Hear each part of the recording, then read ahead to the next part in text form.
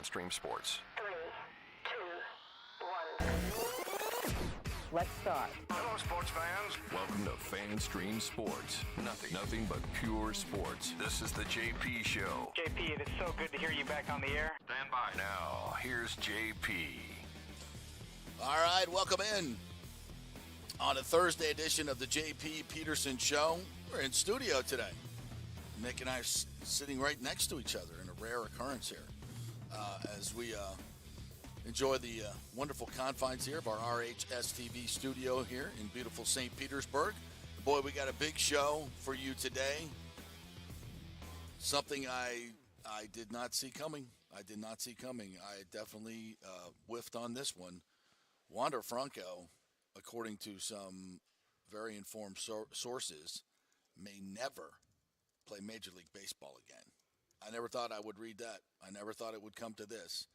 But a lot of moving parts to the Wander story. We'll get to that in just a little bit. The Bucks had a tremendous practice yesterday against the Jets in areas where they really needed to excel. They excelled. So we'll get into the Jets and Buccaneers practice from yesterday. The Rays get a big win last night. Some crazy plays, including a pinch hit inside the park home run. I'm like, how do I even phrase this? A pinch hit inside the park home run. Good morning to you, Nick Geddes from On3 Sports. How are you? I'm doing good. Glad to see you in studio. Glad to see you actually here today because after the night you had last night, from what I hear and what I saw on your social media. Well, our good friends at American Mortgage Services, one of our great sponsors, Clayton Heitler and the great Scott Fitzgerald, treated Ashley and I to a wonderful meal at Capitol Grill. Now, Capitol Grill in most big steak restaurants, the experience at the restaurant is fantastic. Afterwards, the post-game party, not as good. Not as good. There's something about dry-aged beef that I should figure out by now, but it's so good going down. But, man, it takes a toll. It takes a toll on my body. So I'm hitting here, and maybe I may have had one too many rum on the rocks. I think we could infer. We could infer. So yeah, I didn't get a lot of sleep last night, but that's okay. I answered the bell. Drove from Orlando this morning. Answered the bell. You know, there's no time for sentimentality. You got to get up and go. We got work to do here. Let's go. So nobody wants to hear me belly aching about how hungover I am. Look at these eyes. Look at those eyes. This is all America, baby. Red, white, and blue. I've got them all going right now. So, yeah, it was a good time. So, big thanks to American Mortgage Service and Clayton and Fitz and their whole team. They're really cool over there. Shannon met a lot of great guys who are now big fans of the show, and I'm trying to remember all their names. Adonis. I met a guy named Adonis last night. The big old dude looks like an Adonis. So they're all fans of the show. If you guys are watching this morning, we love you. Thanks for dinner last night. And somebody should have stopped me after about 4 of those rums. So I blame all of you. But anyway, I'm here, and we're ready to roll. And we are going to begin with what is some not-so-good news on the Wander Franco front. Now, I'll say this with, for the last couple days, we've been telling you, I think this is going to go away. Because that's what happens in the Dominican Republic. That's what happens in our country now. If you have a lot of money and you're well-positioned in power, you don't answer to the same justice that other people do. That's the way it works in this world. And apparently, the task force that has been put on this case for Wander Franco, there is an initiative in the Dominican Republic to turn around a culture of abuse of young women that has gone on for far too long. And Wander Franco may be the example that they want to make. And, of course, it doesn't matter. I don't pretend to know how all these things work over there. We've talked to some people from the Dominican Republic. We had Orestes on yesterday, and we were all kind of like, this is bad stuff. We'll wait to see if there's a smoking gun. But if history tells us anything, these things usually go away. Right or wrong, this is what usually happens with baseball players in the Dominican Republic. And money is paid, and that's just the way things are done. And evidently that's not the way things are going to be done in this case. And Wander Franco, if these reports are true, and now you've dug into it a little bit more than I, but from what I've seen on Twitter by what I believe are reputable sources, and what we've seen from the statements from the government as well, Right. it doesn't look good. Right, and this is coming from Hector Gomez, who's an MLB insider down there in Dominican Republic. And for anybody trying to question his sources on this, as he reminded some people yesterday, the source in this case is the same one that gave him the news when he had originally broke Wander Franco's extension with the Rays. Before anybody predicted or had that out, it was Hector Gomez. Okay. So he's very plugged into Wander Franco and everybody else in the Dominican Republic. Okay. But he put this tweet out early this morning, 1:21 in the morning to be exact. It will be very unlikely that Wander Franco will play in MLB again, judging by the results of the investigations that are currently being carried out, which directly commit him to the accusations against him. And again, that came from a person very close to the investigation surrounding the case. Wow. And then we had the follow-up. ESPN put an article out, and there was some quotes in here from some of the people involved, the prosecutors, and they said next week they should be able to give out information without hurting the investigation. So at least this is going to go on throughout next week as well. So he's not coming back to play anytime soon. You wouldn't think so, no. Wow. This is a bombshell, to say the least.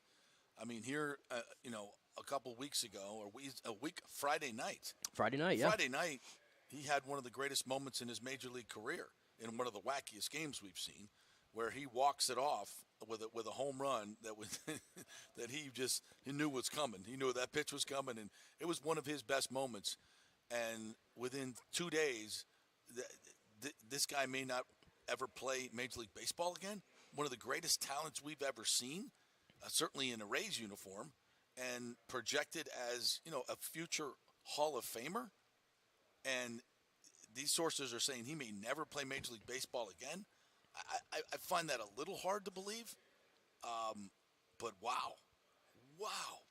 It's not trending. Let's just say it's just not trending in the right direction or the direction we thought it was going down. This is getting. I completely whiffed on this one. As the more we get into this and this investigation unfolds, and again, not all the information is clearly being released. It sounds like we're going to get that next week and get more clarity. But it's not trending in the right direction. And if you're the Rays, you've got to be pretty concerned about what's going on with the face of your franchise. And as I said earlier this week, without trying to overreact, without having all the facts to the case, this is the kind of thing, in my opinion, that sets the franchise back. Because we can talk about all the guys they have coming up in the pipeline, the shortstops, all those things, the other players on this team. Wander Franco, this happening, that sets your franchise back tremendously. There's no way around it. And as we've been saying, regardless of the fact that they're playing good baseball right now and they seem to be doing okay without him, how's that going to hold up in the postseason? Big oof there, as far as I'm concerned. It's a sad situation for all the parties involved. End of story. Well, and what's starting to become very evident is that there were some heinous crimes here. And there were reports of a 14-year-old girl. Just wow. I mean, I just can't imagine how stupid you have to be. I mean, I hate to be critical in this moment, and we still don't have the information, but if his career is ended by this, man, this will go down as one of the worst decisions ever made by a baseball player or any human being. Yeah. I mean, we're talking about $3, $4, $500 million this kid could have made. He's already guaranteed 180. By the way, obviously, if this must be something in his contract. There are clauses in contracts for behavior and illegal behavior that will void this contract. So, wow. You don't get cornerstones of franchises. You don't get players like this. No, the Rays have been a franchise now for 25 years, and there has never, ever been a player. We've had a lot of great players come through the pipelines. Guys who have won Cy Youngs. Yeah. When I look at David Price, guys who have been in All-Star games, the Carl Crawfords of the world, the Evan Longorias of the world. In all respect to those guys, they are not in the same stratosphere of a talent of Wander Franco. His bat-to-barrel, ball-to-barrel skills are unlike anything I've seen. And to the point of what you said on Friday, it's not funny, but like it's just very ironic that if that is the last moment of Wander Franco, it was the game where I thought he truly showed off his 5-tool potential more than anything. The walk-off home run, he stole a base in that game. The jump throw. The Jeter jump throw. Everything that makes Wander Franco a special player you got in that game, and it's going to be a real shame if that's the lasting moment of his career. Yeah. And, just from a baseball standpoint, which is completely secondary to what's happened here, especially as far as the victim goes, you don't even get a chance to trade him and get value in return. All you've invested in Wander Franco, and your entire every decision you've made as a ball club revolves around him, setting up other pieces around him, like a stalwart in your lineup for 15 years to come, a potential Hall of Fame player. And you think about it now, there's two talents, and I've seen a lot of players come through, right, in my many years covering the sport. And I would put Josh Hamilton and Wander Franco in the top 5 players I've ever seen as far as 5-tool goes. And I'm not talking just Rays. I'm talking in the history of baseball, at least with my eyes. I put him, Ken Griffey Jr., Alex Rodriguez. They're in this conversation, both of those guys. And the Rays are going to get very little of either one, which is unbelievable. 2 generational talents. Wow. It's almost like a cursed franchise in many ways. I mean, look at everything that. Get the hell out of Tropicana Field. Look at everything that's happened. Get the hell out of Tropicana Field. Get new ownership in here and start anew in Tampa Bay. Put a new name on the team. Put a new everything on it. I mean, I've already felt like before this situation, you couldn't help but feel there was a curse on this franchise because it seems like every year that there's promise, something goes wrong. Yeah. Other than, and I'll go back to the last 15 years, other than the 2020 year and the pandemic, which we're not taking anything away from them. Everybody played it. Yep. And the Rays had everything go right for them that season. Yeah. Other than that, there has been something that seems to derail this team every single year when they're pushing towards playoff berth. And because look at this year, we have 4 guys from your rotation that all had Tommy John surgery this year. Yeah. 4 guys. That's just unheard of. I don't know if that's ever happened. No. And now you have the Wander situation. You don't have your ace for all of next year. See you in 2025, right? To a lesser extent, Manuel Margot goes down with the injury. Now he's probably going to be out for the season. It just seems like they continue to just get hit with other stuff over and over and over. And like I've been saying, how much can you overcome? How much can one team overcome? And the Rays have always been the team that could overcome anything. Yeah. But when it comes to trying to win a World Series, I don't know if you can overcome all this. No. Yeah, they're dead in the water as a speed. Just maybe they could rally around this. I will say, so far, yeah, they have done a good job, it seems like, of galvanizing together, and they have other guys that are stepping up. I mean, let's not lose sight of the fact, and I said this yesterday, even though it doesn't feel like it, this team is still number 2 in the American League and number 3 in the entire MLB. Doesn't feel like That's it, crazy. But it's a testament to, again, like I said, they're able to overcome and just move through everything better than any other team in the league. Can't take that away from them. But this is such a different team from April and May. It's a completely and different team. And all the in all injuries, respects, we always knew it was going to be. Yeah, we thought it would be in a different way, but that they'd be, adding some pieces and fine-tuning everything, heading and become their best self in September. And instead, we're going to see their worst self in September in terms of personnel. Whether they go out and win games, that remains to be seen. Civale was fantastic yesterday. He was really, really good. Yeah. That curveball was nice. Yeah, we talked about yesterday. The curveball was nice. The stuff was not there for the first 2 starts. Yeah. And again, you let this guy get a little bit more time with Kyle Snyder and the way the Rays do things, and you'll see a different Aaron Civale, and that started yesterday. Yeah. And the big man, Luke Raley, as one of our commenters said, doing Luke Raley things. If you haven't seen, we got the audio on this? Yeah. This is one of the most bizarre plays I've ever seen. As he hits it off, that odd-shaped wall in right field of the Giants' park. Was it Oracle Park now? Oracle Park. They have that line that goes up the wall. It's silly stuff. But it just ricochets, and then off the top of the center field wall and out into the open area. And Luke Raley is just moving. And here's what it sounded like on Bally Sports Sun. And Dave was like, you know what? Oh, wait. He's like, I keep track of all the guys and their milestones, and he knew that Brandon Lau would maybe hit a home run. So, Andy, let's send it to you. By the way, this may not have gone into McCovey Cove, but we got an inside the park home run by Luke Raley, and it's 6-0 Rays. The carom that took off the brick caromed all the way back towards left center field, and Raley just never stopped running. And I think he just upstaged Tricia there. Well, we'll definitely be getting back to Tricia here, but you got to see Luke Raley drive this one out to right field. You see the angle? We've been talking about the walls and the angles that they create and how tough it can be on outfielders. There you see it bounce basically off the brick wall in right center field and take a hop towards center. That was bizarre. And obviously Tricia Whitaker was doing a piece on McCovey Cove, which was really good, by the way, where she went out there in the kayaks and did the whole thing.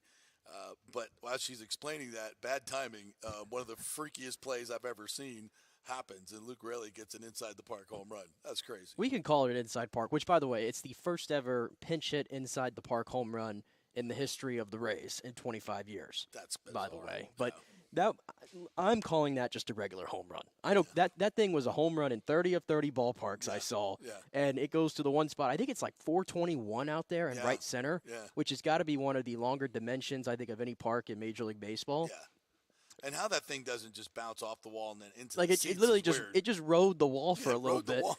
before coming down. And Luke Raley, I mean, listen, we've talked about it all year. One of the most surprising things to come out of this season is how athletic Luke Raley is. That dude is built like a tight end and runs like a guy who's probably like 50 or 60 pounds Gronk, lighter. Yeah. Young Gronk. Right. Yeah, he's shown some prodigious power this year. Right. And then he ends up in center field the next inning, too. Luke Raley's playing center field for like the first time in his career. Just a completely wacky day for Luke Raley, but a great one. Yeah. So the Rays get a big win, but they're still trailing the Orioles, who continue to play great baseball. Well, the Orioles, I think they lost last night to the San Diego Padres. Oh, that's right. Tatis stole home. Stole home last night, and it's down to 2 games. The Orioles dropped 2 out of 3 against the Padres, and the Rays took 2 out of 3 from the Giants, and that's how the Rays are going to have to claw their way back in this. So now they have a day off, go to Disneyland, and head to Anaheim to take on the Shohei Angels. Yeah, which it's so funny. The Angels, you almost have to put a microscope on that decision of not to trade Shohei Ohtani and then to buy at the deadline and then proceed to be one of the worst teams in baseball after buying. Well done. There needs to be a case study under that one. They will not be seeing the postseason, and hopefully the Rays can just win a series, take 2 out of 3, and keep it moving here. Yeah. And also of note, by the way, to the lineup, Josh Lowe hit his 15th home run yesterday. Bomb. And now the Rays, which this leads Major League Baseball, they have 8 players with 15 home runs or more. So continuing to get contributions up and down the lineup so far. Yeah. Well, maybe all of this misfortune will somehow turn into good karma. I don't know. You look at this lineup right now. You look at the pitching staff, how depleted it is. And I just I can't see a path to any type of postseason success whatsoever. But, well, it's there's focused. a lot I didn't see coming this year. Exactly. So I mean, again, it's all focused on Houston at the moment. If they're going to stay behind Baltimore, it's all focused on Houston at this point. Yeah. If you can get in front of Baltimore, I believe you get Toronto in the first round. Yes. I want to say it's a huge difference. Man, I will take those. I'll take that any day of the week. Yeah, huge difference. It's a huge difference to how I feel about this team's chances. Yeah, and of course you don't have to go through the wild card round. You get the bye, and then you just sit back and wait, and you get rested and wait for those guys to come in who've already taxed their pitching staff. Right. It's a huge advantage. And let's also keep in mind, and again, I don't know how much he's going to help necessarily because he was struggling last time and he's struggling in the minors, but I have a feeling we're going to see a Taj Bradley back on this team in September. Okay. I have a feeling he's going to be back, and who knows? Maybe he'll get on one of his streaks here, and you'll have a 5-man rotation then with him. Yeah. Because Zach Littell, like I said, has continued to just be on the up and up to the point where I think you can make a case that he's the 3 in that rotation. I think it's a harder decision than you think of who would be the guy for a Game 3, Civale or Zach Littell. Yeah. I think it's a harder decision than many may think. And Taj might be a nice piece out of the bullpen. He's got swing and miss stuff. Yeah, there's that guy David Price. I think excelled in that. Yeah, that worked out pretty well. Yeah. Yeah, And if he doesn't have to worry about, going multiple innings, right. and, just come in and throw that junk that he's got, maybe. And the bullpen's got to find a way to stay untaxed. And did you notice yesterday? I said yesterday it looks like Kevin Kelly's hit a rookie wall. Yeah. And then he gets put on the injured list yesterday, with ankle injury. Which I'm just going to call it's a phantom IL. Yeah. It's a phantom IL, so they could get him to regroup a little bit. I rolled my ankle. Broke my arm. Let's get to some of the comments here. I have to take issue with this comment real quick. Or you go to that one. I'll get to the other one. This whole situation has turned my stomach, says R.J. Martin. Every time I hear more about it, I get more depressed, this whole situation. That's awful. It's freaking awful. All right, which one you want? Somebody comment. I cannot believe this comment. This is from Nick. I have to say I have faith in a guy we just called up, Oslevis Basavi. Based on what I've seen, I think he's a better prospect than Wander was, and I think he can be better. Is that our Nick? Is that intern Nick? That might be intern Nick, and he's about to get banned from the comment section forever because that is an awful comment. You leave us and you find some really good weed, and then you comment? Like, what are you doing? Mean, he is back in a college dorm. Oh, yeah, so think of what's available to him right now. That might be mushroom related. Yeah. That might be. Yeah. That's how bad that comment was. That's a bad comment. He is not a better prospect than Wander Franco. Please. Luke W. says Rays are going to be in flux this winter. Wander issue, rotation questions. How does lineup evolve? Minus Wander, be Walls, not Wander. Caminero, Williams still need time. Yeah, I mean this is a complete reset of the franchise. I can't stress that enough. Every decision that has been made over the past 3 or 4 years has been made believing that Wander Franco is going to be the centerpiece of your franchise moving forward for the next 10 to 15 years. It's hard to pivot from that very quickly. And that one's hard. Again, I can't put that on the Rays. You can't. Obviously, you can't forecast that thing. He was worth the contract they gave him. If you look at some of the other deals that have been handed out to similar players, he could have gotten probably 2 times more of what he got from the Rays. It was a great decision to give him that contract. If this ends up all unraveling, my fear is that the Rays will be very hesitant to give out contracts like this again because it seems like every time they take a risk on something, it blows up in their face. Yeah. The only thing you can put on the Rays a little bit, and again, it's a double-sided coin here, is because it's helped them win games. The pitching injuries, a lot of the reason why they have so many pitching injuries is because the guys they acquire have had these pitching injuries in the past. True. And it's like a smoking gun. It's like you're playing with fire, and eventually it's going to happen again. And they tend to, 0-1 on a player's best pitch, which is usually a breaking pitch. Right. And they have them throw it over and over and over again. And they win a lot of games that way. Not good for your arm. Yeah, but long term. But you're going to have to deal with the fact that you have injuries, and in this case, you have a string of them happening at the same time. Very, very true. And I don't know if this franchise can't pivot this easily with all of this. But I will say this: they've got some shortstops in the pipeline. They do that are really, really good. And in Carson Williams, again, pay attention. They bypassed him through AA to AAA, and I don't think that's by any. I don't think that's not a coincidence. That's pretty aligned with the Water situation as far as I'm concerned. Yeah, and it is a sad situation, but they're going to have to move on, and we are going to have to move on. All right, let's talk some Bucks here.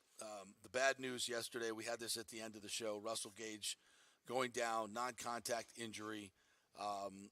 This is it's a sad epitaph for a guy that just never gave the Bucks what they were hoping for.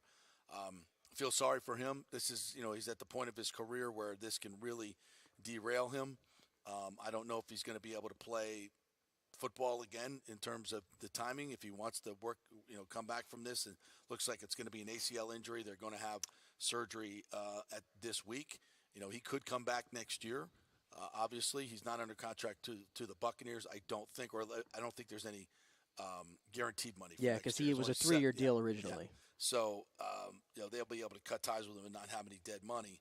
I feel bad for the young man. I really do. He has been dealt in awful hands since he got here. Man. From the hamstring injury to start camp last year that he couldn't get up to speed. And then when he came back, he wasn't as effective because of the hamstring. And then remember in the Dallas game, how it all ended for him was the concussion on the field. Yeah. And then the whole offseason recovery of getting back from that and coming into camp. And then remember during mini camp and all that, he wasn't out there. Wasn't out there. Because he had a leg injury. He needs to go get some new scenery. You know, I don't mean that in a mean way, but no, it just for been his cursed here. Yeah, some just happens. Go back to Atlanta and Right. try it there. But this is, you know, I feel sorry for him. Yeah. But it's football. It's an attrition sport. And the fortunate part is the Bucs, I think, have a lot better depth at the receiver position than many may think, because a lot of these young guys are showing a lot of promise. And I mentioned this yesterday, and other people were saying it. You know, free agent acquisitions. You know, do you want to bring somebody in? Number one, the Bucs don't have. They have like $500,000 in cap space, so they would have to start doing that. But I guess my rebuttal to that, and this is why I brought up Jarvis Landry's name, because what Russell Gage was going to do is he was going to be your slot receiver. Yeah. Godwin was going to go back to the outside. Trey Palmer looks like an outside guy, kind of missing a slot guy in the offense. Do you want to get Jarvis Landry? He played with Baker Mayfield, was a favorite of Baker. Yeah. But I started thinking about it last night, and I'm like, you know, that's a thing this team would have done when we were in the window. Yeah, with Brady. And we're not in the window anymore. And so restructuring contracts all for one season where you're really not a contender in the grand scheme of things, bringing in a veteran in Jarvis Landry, it's a good fit. Such a good fit. But maybe it's best because you have to move on to the future. And I really, really want to see Trey Palmer and Devin Tompkins. And if you bring in a Jarvis Landry, well, guess what? Those guys become those targets 4 and 5s, and they go away. Yeah. So I'm almost leaning, let's see what we have right now. Because I think Landry's going to be out there for a long time anyway. And listen, Godwin played tremendously well in the slot. He did. So you could put Trey Palmer outside, put Godwin in the slot. But I thought they wanted to take Godwin out of the slot to not get him beat up as much. I know that, but if, you know, Trey Palmer, I don't think he's a slot guy. He's definitely an outside guy. He is. Yeah, you want to, and I don't see, you know, now Devin Tompkins could play in there, but he's not going to give you a lot in the run game. No, he's a gadget piece. You know, and Godwin is one of the best blocking receivers in the league. But do you want to continue to ask him to do that with the physicality that he plays with? I don't. So, yeah, I mean, if you want to go get Jarvis Landry, I don't hate it. Don't tie up a bunch of money. Don't go redo Evans' contract and give Landry $10 million or some crazy thing. He would have to take the vet minimum. Yeah, it's a vet minimum. Maybe a little bit more in incentives. It doesn't seem like there's a lot of takers for him right now, but there'll be some more injuries. Right, and a guy like that probably wants to go to a true contender. Yeah, true. He wants to go to a true contender, but he would also like to go somewhere where he's familiar with the quarterback and the quarterback trusts him. Listen, I don't think there's any way you can make an argument that a healthy Jarvis Landry, and I'm assuming he's healthy, doesn't make this a better football team with Baker Mayfield. Yeah, it does. They have connection, they have chemistry. It would be one of the few places on this team where they have some predetermined chemistry and cohesion. Everything else is new. You know, Baker to Evans is new. It looks good though. Looks really good. Baker to this is all new. The nuances of the game are the slot receivers and knowing which way they're going to go, how fast they are. That's already been done. They've got that experience together. I don't think you can make an argument that we're not a better team without with Jarvis Landry. We are. Yeah. We are. He's experienced. But your point of developing players, and yes, this season is about developing players. I agree with you 100%. It's not about the window. So, but this is where the conflicting is because of Todd Bowles. Right. Here we go. We come back to this. It always comes back to the Todd Bowles issue, is this guy has got to win games to save his head coaching career. Right. End of story. So would Todd Bowles love to have a Jarvis Landry? I'm sure he would. Yes, he would. Yes, he would. Absolutely. So we'll see what they do. But then again, I watched yesterday, and I know it's just a joint practice, but these things mean a lot. I mean, I saw the clip. I'm sure you saw it. Trey Palmer's out here just running right by Sauce Gardner for 60-yard completions down the field and had a day yesterday against a really good Jets defense. It's like, I'm just so excited to see that guy. Yeah. And I don't want any development to be stopped. Hey, Trey Palmer may be better than Jarvis Landry. He might, because I know everybody's saying, oh, he's a 6th-round pick. I don't think this guy is a normal 6th-round pick. That has no bearing. That has no bearing on anything, where he was drafted. Look at his talent. Tell me where he fits. Yeah. And to me, he's a starting outside receiver in the NFL. I've seen them. And yesterday he got clocked at 24 miles an hour, bro. He can fly. That's faster than the fastest of last year. Tyreek Hill was at, 23.8? And he's also, like 210, something like that? Yeah, he's not 170. They say he's 190, 191. He looked bigger than that. Yeah. He's faster than Tyreek Hill? Is that what you're telling me? That's competition fast. That's GPS tracker This is not running a 40. This is football speed. Bruh. That's unbelievable. You got to get that guy involved, man. And everything we saw in week 1, he's got a nice feel for the game. That touchdown catch, I mean, I'm here to tell you. For him to track that ball and to be able to get his feet in, that was next level experienced receiver. That was tremendous. I do not want to stunt his growth. It's almost to the point where everybody that I hear talks about that touchdown, they're not even talking about the throw that Baker made.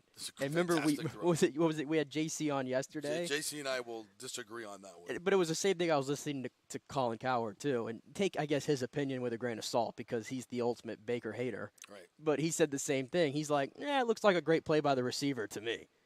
But just from a quarterback standpoint, if you see a corner, and I have to go back and look at the play, but you see him, in a certain situation in body position where you can loft it over him, that's a great throw. He didn't try to throw it through the guy. He threw it over the top, anticipating it was where a great the touch receiver throw. was going. It's a fantastic touch throw. Yeah. And to say that a better cornerback a better corner would have been in a different position, and Baker may not have thrown the football. Well, you know what? Or thrown it in a different better corner trajectory. Wasn't out there. That's right. That's all that matters. You take what was given to you. That's all that matters. Yeah, exactly. I mean, my God, what are we talking about here? I mean, that was a tremendous throw on a 3rd and 6 situation, by the way. Yeah. In the red zone. That's a 4-point play right there. Touchdown, and those are huge plays in a game. Yeah, and if you're hung up too on all these guys are inexperienced and haven't played much, I guess my rebuttal to that is I think David Moore, the fact that he's played in this offense for a long time, he was there for a lot of the Seattle run, kind of, right? At the tail end of it when Russell Wilson was there. I think he's a sneaky good little deep threat. Yeah. And I think, he's a veteran. He'll do all the right things. I'm not saying – he kind of reminds me of a guy that could be like a Brashad Perriman role for this team, in my opinion. Yeah. And I think that's good enough as like a veteran death receiver. So that's why I'm kind of leaning against the Jarvis Landry at the moment, although I understand it would make the team better. James doesn't agree with us. He says, if you are serious about making the most of the season, Landry would be a great addition. Why not? Bucks dealt with the salary cap, took their medicine, and through contracts need to be restructured. Do it. The depth you're referring to is all undrafted free agents and 6th-round picks. You need a solid third receiver. Other guys can still contribute. You look at the depth of it. I mean, if Trey Palmer were to go down or Evans were to go down or one more player, then you'd be like, oh, we should have signed Landry. But I don't know if that's how you can manage your team in that way. You want to give guys opportunities. And if Landry comes in and he stays healthy and everybody else stays healthy, Trey Palmer and Devin Tompkins aren't seeing any targets. There's not enough footballs to go around because this team ain't throwing it 40 times a game. I got news. There's going to be 27 to 24 to 31 passes a game. Okay, that's a limited amount of targets for Evans, Godwin, Landry. And there's just not a lot going around. Yeah, and you're figuring you got 4 or 5 going to backs. Yeah, and you're figuring at least 17 to 20 of those are going to go to the top 2 guys.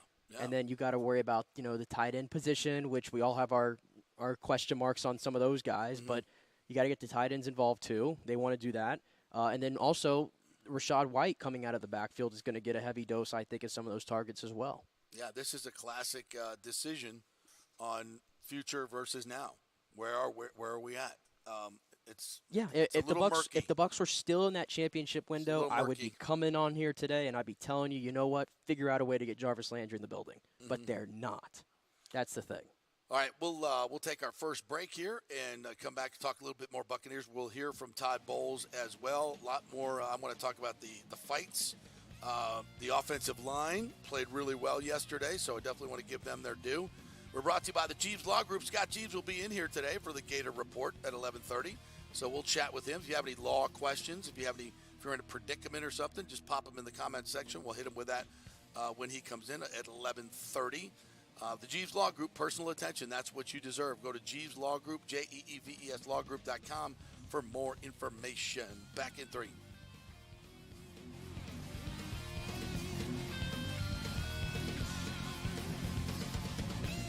Here for the Jeeves Law Group, JEEVES. Call for a free case evaluation, 888-9-JEEVES. That's 888-9-JEEVES. We're local, we're trusted.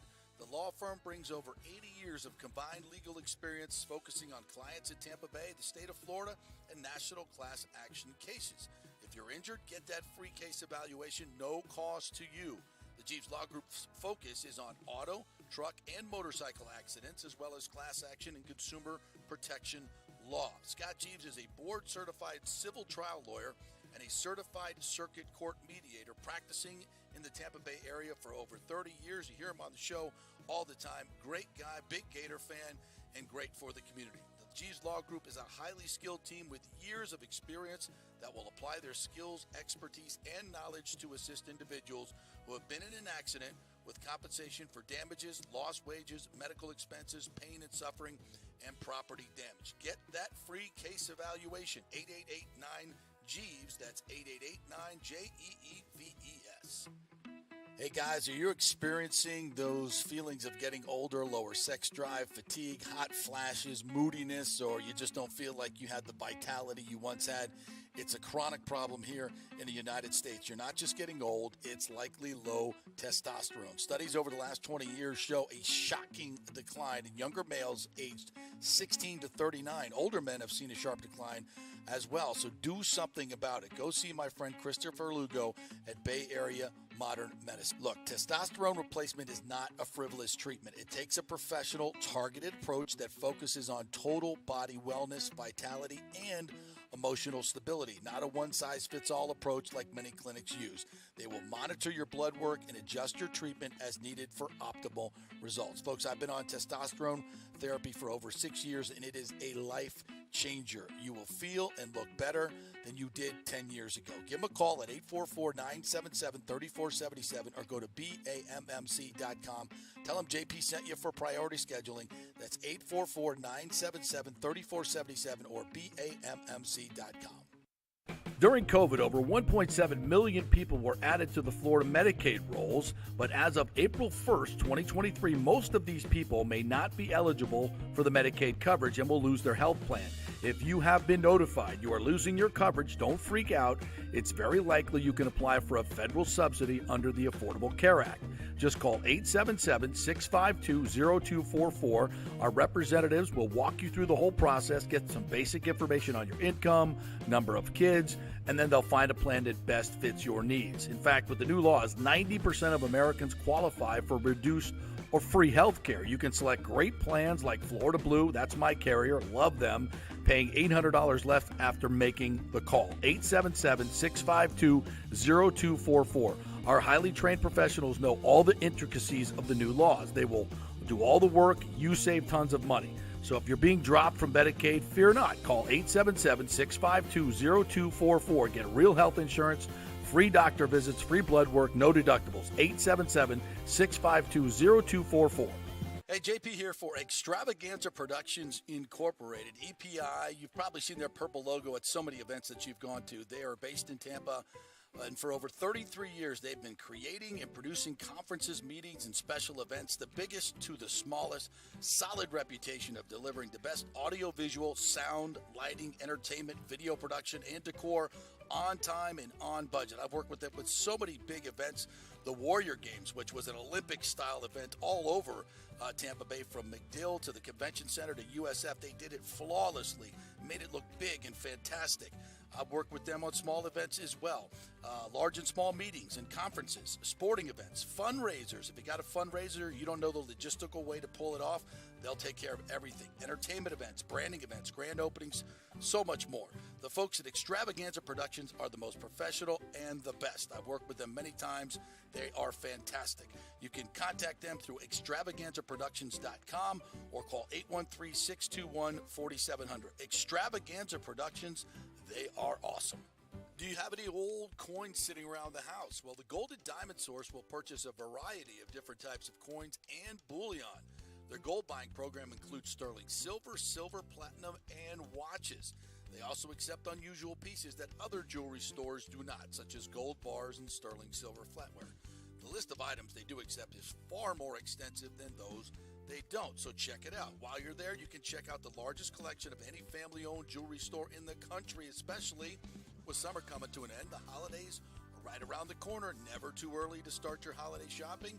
especially if you're planning on getting engaged or have any birthdays or anniversaries coming up. Come on in and find out what buying jewelry should be like with an expert staff of gold and diamond jewelry enthusiasts. And the best part, they treat you like family. And if you're worrying about price, don't. The Gold and Diamond Source has something for everyone's budget. They even have a layaway. If you stop in and get your favorite piece now, you can have it paid off by Christmas. Plus, you can even finance your purchase with 0% interest for up to 5 years, and you can get a $5,000 diamond for only $83 a month. It's the greatest folks in the world, Julie and Steve Weintraub, the Gold and Diamond Source, 3800 Olmerton Road, always online at thegoldendiamondsource.com. Coming back at you. Now, more with JP on FanStream Sports. It's only just begun. All right, we're back. Brought to you by Bay Area Modern Medical Center. Chris Lugo and his team over there doing a great job as my primary care physician. Got all my blood work done. Spent an hour going over that with me, and I got all these nice things. Got to get my omega-3s up. My D's good. My triglycerides are not good. We went through all of that stuff, so we're going to attack each and every one, do blood work in another 3 to 4 months, come back, see where we're at, and helps your immune system. It helps your just your overall health, and it's preventative medicine. It keeps you from getting sick and having a heart attack because you know what you're doing wrong, and you fix it. And so go to BAMMC.com and get that preventative medicine to make you feel better and avoid those calamities down the road. I just ran into a report right here. Why can't we have nice things? Because we're just such a effed up country right now. But Taylor Swift has turned down the Super Bowl halftime show. Why can't we have nice things? Taylor Swift has turned down the Super Bowl show. And I only say it because I saw a report earlier this week that Lizzo was being discussed. I think she's been cut. I think Lizzo has been Is cut. that what it was? Lizzo was cut, yeah. For something that happened at a concert, I'm assuming? Yeah. For a lot But of I'm just, different, just different in my head, though, I'm just like, how do we go Taylor from Swift, Lizzo. Oh, no, where are we going here? Right, but in my head, though, when I found out that they were even entertaining Lizzo, I'm like, how are we going to go from Rihanna to Lizzo? How can we do that? The Super Bowl halftime show would be dead as far as I'm concerned. Not without a large forklift. That's I can tell you that. Jeez. That's not what I meant whatsoever. Oh, sorry. Not a fan of the music. She celebrates her bigness, so I'm just, talking about logistics. So Taylor turned it down, huh? Yeah, according to the latest reports here, she turned it down. Is there a reason why she turned it down? I'm sure we'll have one. Yeah. I forgot to tell you that. Does it have something to do with someone she's dating? I have no idea. I meant Perhaps. I meant to bring that up though. Remember when I used to make fun of all of you for all going crazy, my wife included, for the Taylor Swift concerts? Yeah, I'm a Swiftie. And I found myself actually enjoying her music this summer. See? I've listened to more Taylor Swift this summer than I did for the previous 15 years. I mean, I like the early stuff. I have a bond with my daughter over the early stuff. So that's kind of why I'm a Swiftie with my daughter. That's by the way, huge congratulations to my daughter Shay, who got her dream internship. She's going to Belmont University in Nashville. They have a satellite campus in Los Angeles, and great setup there. And they go out there and they get internships at some of these big companies. And there's a particular company that did the soundtrack for all the Guardians of the Galaxy movies, with the best soundtracks ever, right? Yes. So this is what she's in. She's in this. Her track is film supervision, so film and television supervision, picking music for video and film, and they did those soundtracks. So she was like, "That's the company I want to work for," and she went out and emailed them and was dogged about it, kept after them, and landed an internship at that. And she's going to blow everybody So she's away. going out to Los Angeles? She's out there right now. And she's going to be working with these folks every day for the next semester. And, of course, they'll fall in love with her because everybody does, because she's the best. And that's going to really give her a ticket to awesome. The rest of her career.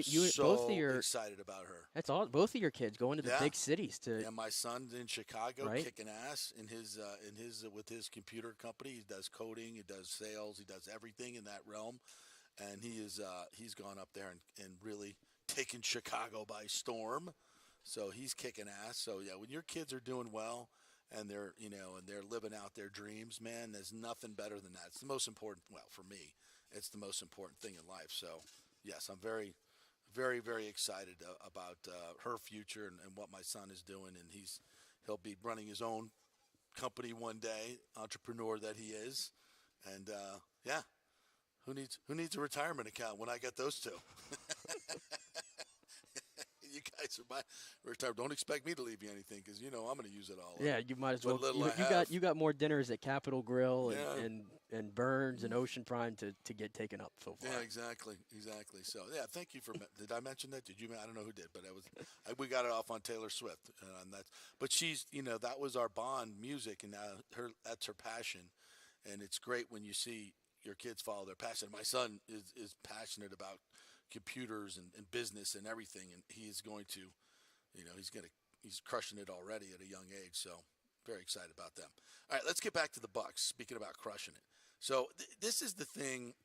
We've been talking about this for all training camp. It's like wait till we get to the Jets.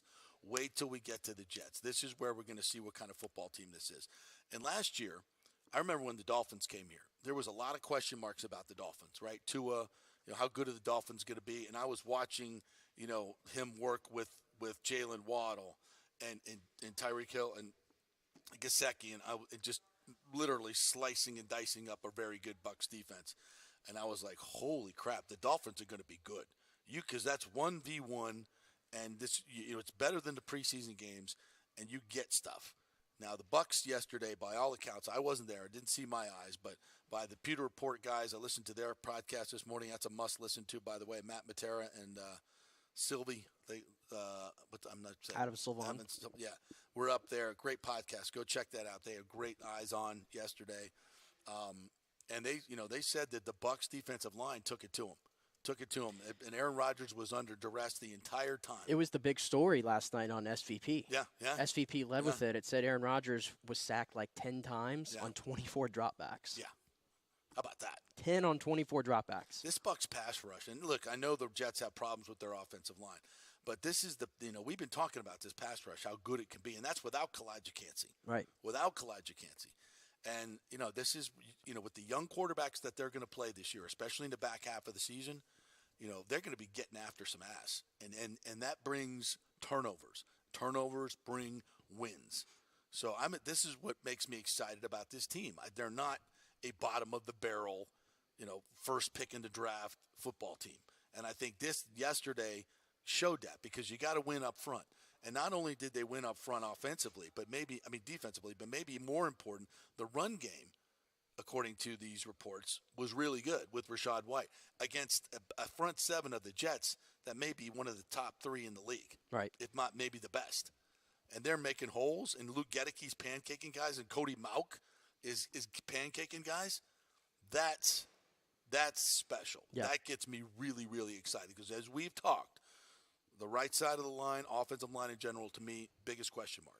And I don't think that's anything brilliant to say, but that's where we're focused. And for them to go in there against that front seven and get a piece of that ass, okay. Yeah, and I'm very excited to again, like I said, I think going into the Steelers game, this is a preseason that I'm more excited for than I think in the last at least 10 years with this team. And, assuming that the Bucs, with just having the one joint practice, I have to think that's going to change their mind of how they feel about approaching this preseason game. Yeah. I think you'll see more starters. We already know Luke Gedicke and Cody Mauch are going to play a ton. Todd Bowles has already said that. I'm hoping the Jets do the same for at least a couple series so I can see those guys against these starters because we didn't really get to see that against Pittsburgh. They had a lot of their backups in. And now Gedicke got worked a few times by way too many backups. By the Nick Herbigs of the world. Yep. We saw that. But listen, like I said, you go back and watch the film breakdown that Josh Capo did. Luke Gedicke, and my eyes told me this too. It was the second half that I was really focused on. He had a really good first half in that game before he kind of tapered off. Yeah. And Cody Mauch actually was, I thought, worse than Luke Gedicke in that game, if we're being honest. So I do want to see those guys against some of these Jets starters to see where they kind of stand. Yeah, and that's what we pointed out. That I don't think either one of them played particularly well, to be honest. I want to see more movement, especially in short yardage in the first half. You get those 3rd and 1, 4th and 1s. You got to move people, and they didn't do that. They got knocked back. That was. Well, I'm glad to see the Bucs were working on their first game. I'm glad to see that the Bucs were working on their 4th and short game yesterday at practice. Yes, I'm glad to see that. Yeah, because they need to. Yeah, but I say that. I don't really mean this because I saw this yesterday. JC put this out there. This was from a Jets report. The Bucs had a 4th and 3 on a 2-minute drill and punted. they punted on a 4th and 3 2-minute drill. And I couldn't think of anything more appropriate for a Todd Bowles-led team. What are we doing? If we do that in the regular season, we're going to be ripping hair out all year long. Well, we saw for it a 17 lot last games. year. And we did. Please. Some of the worst fourth down decisions. Went for it when he shouldn't have. Kicked when he shouldn't have. You know, that's one of my biggest problems with this team is the way Todd Bowles manages football. I don't want Tom Brady to throw an interception. Oh, nothing will ever top that one. I was scared that Tom Brady was going to throw an interception late in the game, which he had not done in 12 years. Yeah, something like that. Yeah, he just. I think it's crazy because again, this is his first year as an OC. I'd almost rather just have Dave Canales handle everything when it comes to decision making on offense, going for it. Just have Dave Canales handle it. Well, because I know he's probably going to be aggressive. Right. And I like aggressive. If you not aggressive to the extent of a Brandon Staley or it gets him in trouble, right. But I do like kind of living on the edge a little bit. No, you have to in this league. It's an offensive league. You know, the rules are set up to score points. If you rely on your defense to win games in the fourth quarter, you're going to lose a lot of games in the fourth quarter. Your best defense in the fourth quarter is a good offense. You got to keep the ball. Possession is 9/10 of the win. You got to keep the football, and you have to do it, and you have to take risks to do that. And that's why you got to be good in short yardage. That's why you got to be able to run and pass in short yardage to be able to get those. That's where these games are won. 3rd and short, 4th and short, third downs. That's where the games are won. You've got to be great at that segment or in the red zone, or you're not winning squat. And this team, and you got to be confident that when you have a 4th and 3 at their 45-yard line, that you're going to get it. You know, and once you cross the 50. In my mind, if it's not more than 4th and 6, you're going for it.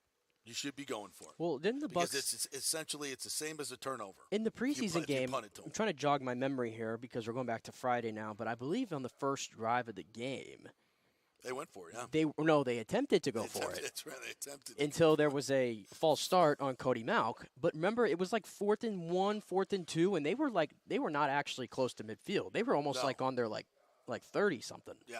And they tried to go for it. And that was pretty aggressive. That was very aggressive.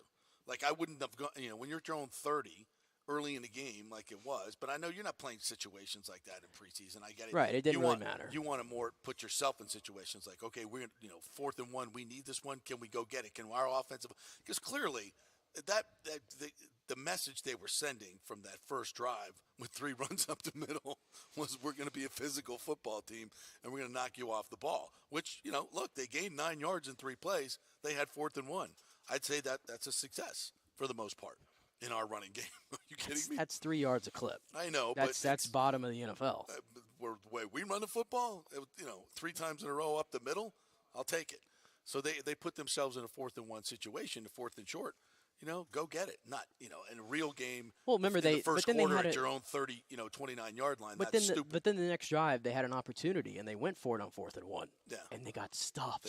They went nowhere. Yeah. No penetration on 3rd and 1 and 4th and 1, yes. They ran behind Gedeke and Malk. That was my point of the first half. Yeah, and that was you want to say they played well. They got their ass kicked on both those plays. That was a moment where, and again, he'll learn from this. It's one preseason game, but I would have loved to have seen Dave kind of open things up there a little bit. Absolutely. And that was, to me, prime for one of those little bootleg special plays. Exactly. And I think in a regular game, they would have done that. Probably. I think they were trying to prove a point and see if those 2 guys could get pushed. That's what you do in the preseason. Yeah. You say, okay, let's see what you 2 guys got.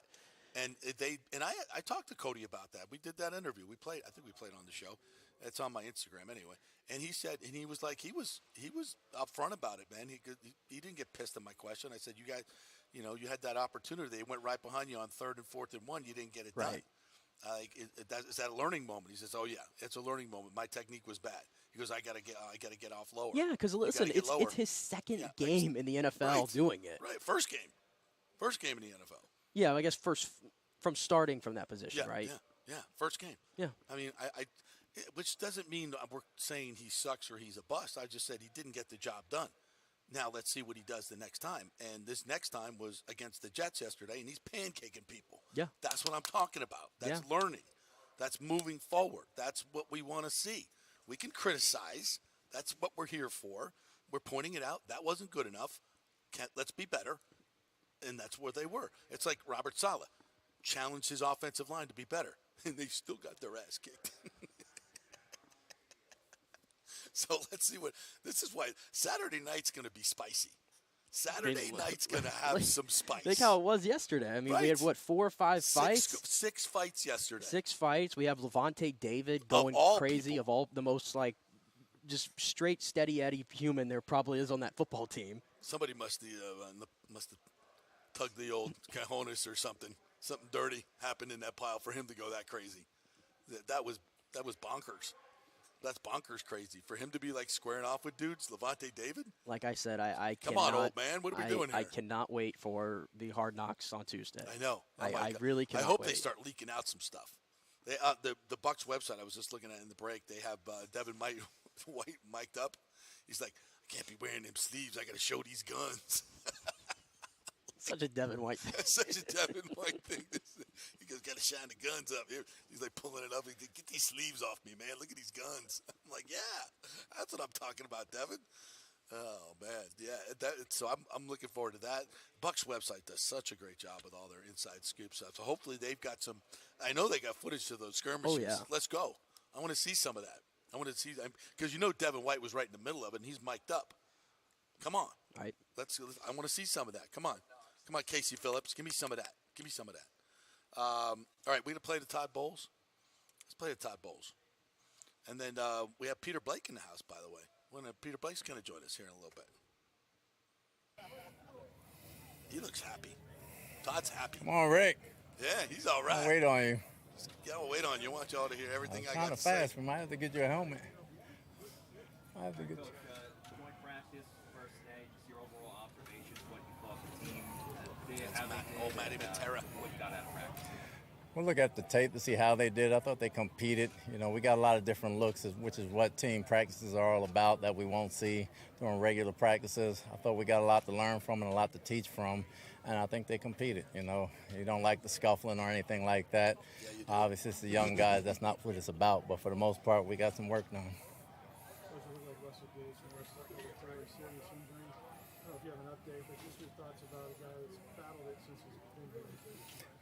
We hear it's going to be pretty serious, and I'll wait to hear the final results. But he's been battling back for the last, obviously, since he's been here, it seems like. We wish him the best. I can tell by the way he was sitting on the truck that it's probably something that happened pretty bad, and our hearts go out to him, and we'll see how it goes. There's no silver lining with that, but in terms of the position itself, I feel good about the depth you have there. I think it's still developing. Obviously, David Moore is pretty much the only one with experience. Tompkins in his second year, but we got some rookies that we really like that'll have to step up in a hurry, and we'll see what the next few weeks look like.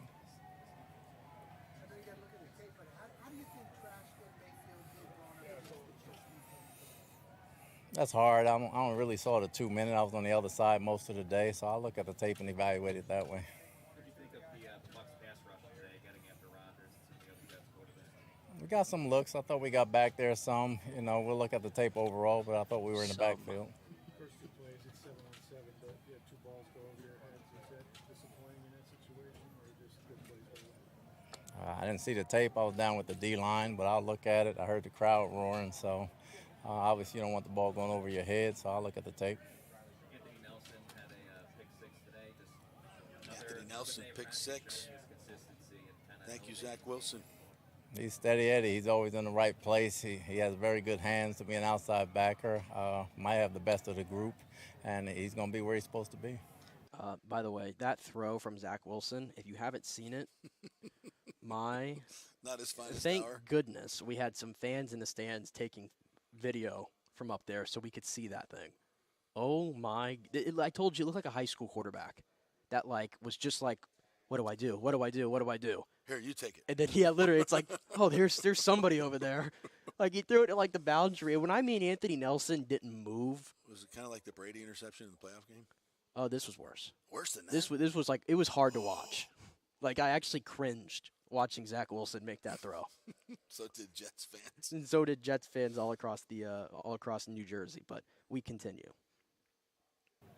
Todd, what's it like for you to be back here for a couple of days? If I can get to see my son down at Rutgers, it'll be a great trip. But other than that, I mean, Jersey's home for me. The grass is the grass anywhere I go. Got a lot of good friends that are still in this building that I've seen, so it's great to see them.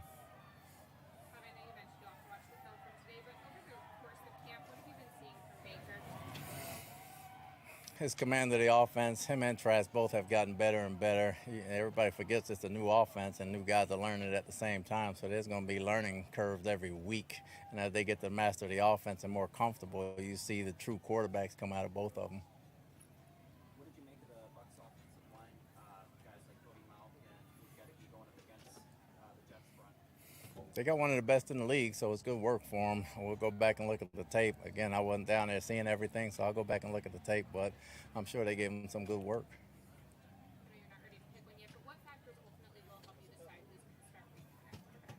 That's everything. I mean, I can't sit here and give you one or two factors. It's a process. It's spring, it's summer, and we evaluate, and we'll kind of go from there.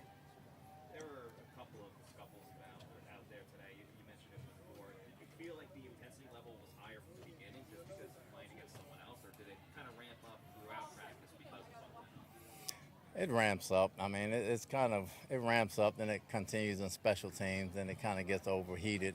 You really don't want that in the game. We don't teach it. I know Robert doesn't teach it as well, so try to keep them to a minimum. At the end of the day, everybody's just trying to push people around. One doesn't want to get punched, and one doesn't want to throw a punch. So it's kind of that way, but overall, I thought it was good work. Were you surprised to see it from Levante because he was getting into the mix? And these joint practices, everybody gets into the mix, but, you don't want it in the game. Were you disappointed not able to have 2 joint practices? I don't want to say disappointed. It's always good to work against somebody else because you see all kinds of different looks. But we'll go against ourselves tomorrow because we know what we need to see come the season. So we got some things we need to get accomplished, so we're pleased with that. Does that change your plans? You said you wanted all the starters to get a lot of this work and then maybe see the rookies in the game. Does having one practice change that at all? No, we'll have a good practice tomorrow. They'll see most of the work tomorrow, too. So we got a lot to put in that they can learn from. How much we learned from Todd Bowles on that, but I know he always has to see the tape, but we got a couple of... We always got to see the tape. Got to see the tape. So I don't know how much we got from that, but I think from the observers, the independent observers, I think that this was very, very beneficial to the Buccaneers, and they showed well in a lot of different ways. I just wish they would have got another one today. Yeah. I still don't understand what the reasoning is here from the Jets. Because the Jets, what makes it crazy? The Jets already got 2 joint practices in last week. Right. So they got 3 in, and the Bucs just get 1. Yeah, it's not right. It's very amateurish and unprofessional by the Jets to do this at the last minute. And I know a lot of the hierarchy of the Bucs are not pleased with it. And I think the NFL was probably not pleased with it. But this is what the Jets are. This is who the Jets are as an organization. They're a bad organization. They have been for a long time. And I know everyone's anointing them already. I don't know. Let's let this play out. Aaron Rodgers had his worst quarterback rating of his career, I think, last year. Certainly, yep. He was not great last year. And there's this offensive line sucks. It sucks. Right. And he's going to be running for his life. Good luck with that. They've got Dalvin Cook now, so they've got all the ingredients needed. But when your offensive line sucks, like Robert Saleh said, I was saying, like he said in the Hard Knocks the other night, it doesn't matter if you don't change who you are up front. And the Jets have always been like that. I don't remember the last time the Jets had a great O-line. And what Aaron Rodgers always had in Green Bay was a great offensive line. And then I saw this yesterday. He posted a photo yesterday of him next to Mekhi Becton on Instagram, and everybody missed it, but he tagged it in black so you could barely see it, and it was like on his green pants, and it was at David Bakhtiari. Obviously, the Packers standout left tackle. It sounded like a little bit of a message, a little hidden message there, whatever that means. But for him to tag David Bakhtiari in a random photo of him and Mekhi Becton. What does that mean? I don't know. You know how Rodgers is. Does that mean he's the next David Bakhtiari? I can't see that happening. No, I don't. No? I don't see that in Mekhi Becton's future. No. But I think he will miss. Is he tampering? Trying to get. I just know that he will miss David Bakhtiari. There is no debate about that. Yeah, his future, he just saw a glimpse of it yesterday against the Buccaneers pass rush. And he had to cover up, too. He said that his concern was, quote-unquote, low when it comes to the offensive line. But, again, he has shown not to have much patience in recent years, although so far it seems like he looks like a different person in New York, a little rejuvenized maybe. But we'll see what happens when we get to the season, because I still have my doubts that they're making the postseason. All right, we're going to take a quick break. We'll come back on the other side. We're going to get into some other notes. U.S. women's national team will have a new manager. Right. And is Daryl Jackson's future at FSU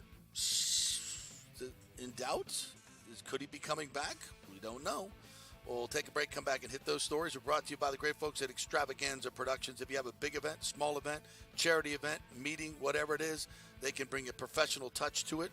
No matter what your budget is, get a free creative session with the great folks at Extravaganza Productions. Just go to their website, extravaganzaproductions.com. Back in 3.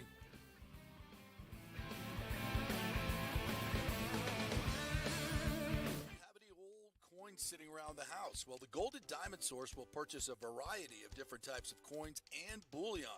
Their gold buying program includes sterling silver, silver, platinum, and watches. They also accept unusual pieces that other jewelry stores do not, such as gold bars and sterling silver flatware. The list of items they do accept is far more extensive than those they don't, so check it out. While you're there, you can check out the largest collection of any family-owned jewelry store in the country, especially with summer coming to an end. The holidays are right around the corner. Never too early to start your holiday shopping, especially if you're planning on getting engaged or have any birthdays or anniversaries coming up. Come on in and find out what buying jewelry should be like with an expert staff of gold and diamond jewelry enthusiasts. And the best part, they treat you like family. And if you're worrying about price, don't. The Golden Diamond Source has something for everyone's budget. They even have a layaway. If you stop in and get your favorite piece now, you can have it paid off by Christmas. Plus, you can even finance your purchase with 0% interest for up to 5 years, and you can get a $5,000 diamond for only $83 a month. It's the greatest folks in the world, Julie and Steve Weintraub, the Golden Diamond Source, 3800 Olmerton Road, always online at thegoldendiamondsource.com. JP here for my good friends at Italiano Insurance, and they did it again. Once again, Italiano Insurance stepping up with the best customer service. I was in a bind.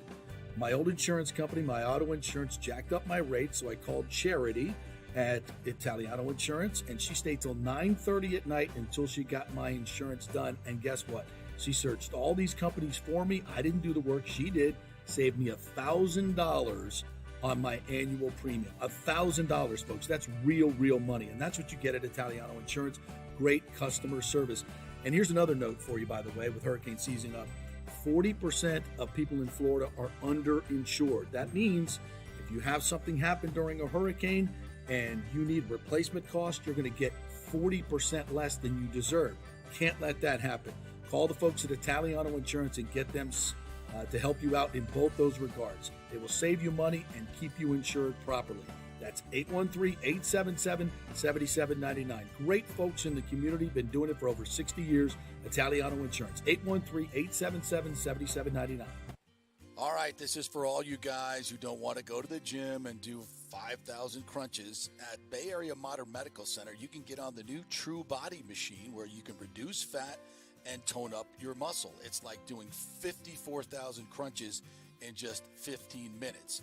Define your body as you see fit. True Body offers personalized muscle stimulation that delivers the equivalent of those 54,000 crunches in just 15 minutes. Just get in touch with them at Bay Area Modern Medical Center, BAMMC.com. Chris Lugo and the team over there will set you up on True Body and get amazing results. Non-invasive with comfortable and little to no pain and zero downtime. You can isolate and target those areas that you want to improve and treat multiple areas simultaneously. It's an amazing machine, so check it out at Bay Area Modern Medical Center, BAMMC.com.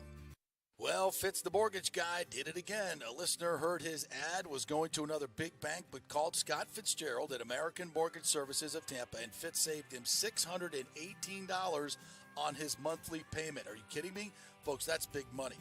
Rates are going up, they're going down, they're going all over the place. Scott will shop your loan and save you lender fees and get the best rates. Email him, scott@amstampa.com, or call 813-294-7595. That's Fitz, the mortgage guy. Lots of stuff going on right now, and these rates are going all over the place. You need somebody knowledgeable in the market that will work hard for you and get you the best deal. That's my man, Scott. He's done 3 loans for me, done thousands of loans for local folks here, works with a lot of the coaches and players in the area. He's the guy. 813-294-7595, or go to scott@amstampa.com. During COVID, over 1.7 million people were added to the Florida Medicaid rolls, but as of April 1st, 2023, most of these people may not be eligible for the Medicaid coverage and will lose their health plan. If you have been notified you are losing your coverage, don't freak out. It's very likely you can apply for a federal subsidy under the Affordable Care Act. Just call 877-652-0244. Our representatives will walk you through the whole process, get some basic information on your income, number of kids, and then they'll find a plan that best fits your needs. In fact, with the new laws, 90% of Americans qualify for reduced or free health care. You can select great plans like Florida Blue, that's my carrier, love them, paying $800 left after making the call. 877-652-0244. Our highly trained professionals know all the intricacies of the new laws. They will do all the work. You save tons of money. So if you're being dropped from Medicaid, fear not. Call 877-652-0244. Get real health insurance, free doctor visits, free blood work, no deductibles. 877-652-0244. Hey, JP here for Extravaganza Productions Incorporated, EPI. You've probably seen their purple logo at so many events that you've gone to. They are based in Tampa, and for over 33 years, they've been creating and producing conferences, meetings, and special events, the biggest to the smallest. Solid reputation of delivering the best audio-visual, sound, lighting, entertainment, video production, and decor on time and on budget. I've worked with them with so many big events. The Warrior Games, which was an Olympic-style event all over Tampa Bay, from McDill to the Convention Center to USF. They did it flawlessly, made it look big and fantastic. I've worked with them on small events as well, large and small meetings and conferences, sporting events, fundraisers. If you got a fundraiser, you don't know the logistical way to pull it off, they'll take care of everything. Entertainment events, branding events, grand openings, so much more. The folks at Extravaganza Productions are the most professional and the best. I've worked with them many times. They are fantastic. You can contact them through extravaganzaproductions.com or call 813-621-4700. Extravaganza Productions, they are awesome. Ladies and gentlemen, let's rock. This is FanStream Sports with JP. All right, welcome back. Brought to you by the Gold and Diamond Source. They are taking in all precious metals right now and paying cash, cold hard cash. So if you've got an old silver set laying around, some forks and knives, sterling silver, you can get cash money for that. Bring it on over to the Gold and Diamond Source. If you got some old coins laying around, happen to have a couple of bullion bars around. Who doesn't have that laying around the house, right? A couple silver gold bars. Bring them over to the Gold and Diamond Source, and they will pay you good money for it. So check it out, 3800 Almerton Road, always online at thegoldendiamondsource.com. Great folks over there. Tell them JP sent you. All right, our good friend Peter Blake is here joining us. How are you, my friend? Doing good, buddy. How are you doing? We are well. Thanks for jumping in here in the studio. Good to see you. I know you've been following the Bucks, doing some Rays post game on your podcast as well, Sports Web. So, what do you think of the Wander situation? Hold on. I tell you right now, if get on Facebook and you post these articles and people just come attack you. So I think the one good thing is we actually know there's Rays fans out there, really passionate Rays fans. Yes. But you have to let it play out. And right now, we've been talking the last couple of days. It's not good. It's not a good situation. It hurts this team offensively, defensively. Like Nick was talking about, for your future, he's one of the top young shortstops in the game, and he could be suspended forever. You may not even see him in a Rays uniform ever again. So the whole situation, how it's broken out is, and I get it, it's just allegations. But the more these allegations and the more these reports that continue to come out, it just gets worse and worse and worse by the day. Yeah, so such a sad situation. And I know you've been covering the Bucks for a long time. Oh yeah. Where are you at on this season?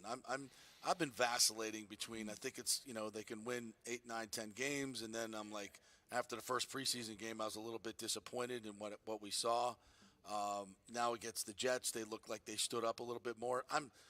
I still think this is an 8, 9, 10 win team, but I don't know. It literally could be a 2-win team as well. Well, you're absolutely right, and it comes down to the offensive line. And what you saw on Friday night, if that's a sign of things to come, then it could be a long season. So that's my biggest question mark. I think Baker could actually turn it around here, much like Geno Smith did last year under Dave Canales. You're going to focus on the run game. I think that defense is definitely going to have something to say about it, especially with Carlton Davis a couple of months ago saying he's going to wreck this and they're going to cause turnovers. That's what you want to see. But I kind of range from 8 to 10 wins. I'm kind of the eternal optimist. Yeah. I've liked the Bucs since I was 8 years old, but I'm also a realist.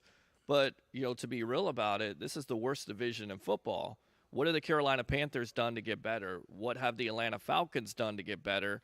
The Saints, they got Derek Carr, but Bucs swept them last year. They also got an older defense. So Michael Thomas playing on that team. Alvin Kamara, he's going to be suspended for a little bit. To me, it's a winnable division for the Tampa Bay Buccaneers. And the schedule doesn't look as bad. At first, you got to get off to a great start. So I was listening to Sal Powell the other day. Yeah. And it is easier to go with Baker Mayfield. And then if it doesn't work out, you go with Kyle Trask. But I actually think Baker Mayfield just needs a chance in this offense. Yeah. It fits him perfectly. If you're going to emphasize the run game with Rashard White, Sean Tucker, Chase Edmonds, I think that's the perfect recipe for success. And then with that being said, you can't get into a situation where your offensive line is pass blocking 60 times a game. So if you're limiting those opportunities with Baker or Kyle Trask, it makes your offense that much better. Yeah, I totally agree, but it's all a wild card. It's one thing we know in this league is it's a quarterback and coach league. Yeah. And the coach is unproven. If there's anything he's proven is that he's not a winner. As much as I love Todd Bowles, you are what your record says you are, right? That's it. That's what Bill Parcells said. And, Baker Mayfield, I think that his last year was a tough one, but when I saw what he did in L.A., I was pleasantly surprised with the Rams. Right. And I think he can thrive in this offense if he gets a little bit of protection. So I'm excited. I'm excited to see what happens, but it's a wild card. It is a wild card. It could go either way. It is, and now you have to turn the page from Tom Brady. Tom Brady's not coming through that door. To still an old comment from the Boston Celtics and Rick Pitino. Yeah. He's not coming through the door, so it's either Baker, Kyle Trask, and you have to figure it out. And Todd Bowles absolutely, I think, is under the gun. And, for me, he's got his offense now. He's got his coaches. He fired all his coaches. It's on him. BA is not looking behind him anymore. He's not. He doesn't have to look. He's not out there on the golf court anymore. Right, exactly. Yeah. I think the biggest question mark, guys, is the offensive line. That's what it comes down to. We continue to talk about it. And if you don't turn over the ball, you play good defense, there may be some close games there. But you still have Mike Evans. You still have Chris Godwin. You lose Russell Gage. I'm excited about Trey Palmer. Yeah, I'm excited about Devin Tompkins. All you heard through camp is how Tompkins doesn't drop anything. And Palmer, even though he's a 6th-round pick, we were talking to Luke Easterling about this. How is this guy lasting until the 6th round? He's got all kinds of speed, all kinds of separation. The only questionable thing about him, why he dropped so far in that draft, is because he couldn't catch the ball consistently. Right. He could do that. He had 3 plays of 70 yards last year in college football with the Nebraska quarterback. Yeah. That's pretty good. And then Mike Evans came out yesterday and said he had his best day of camp.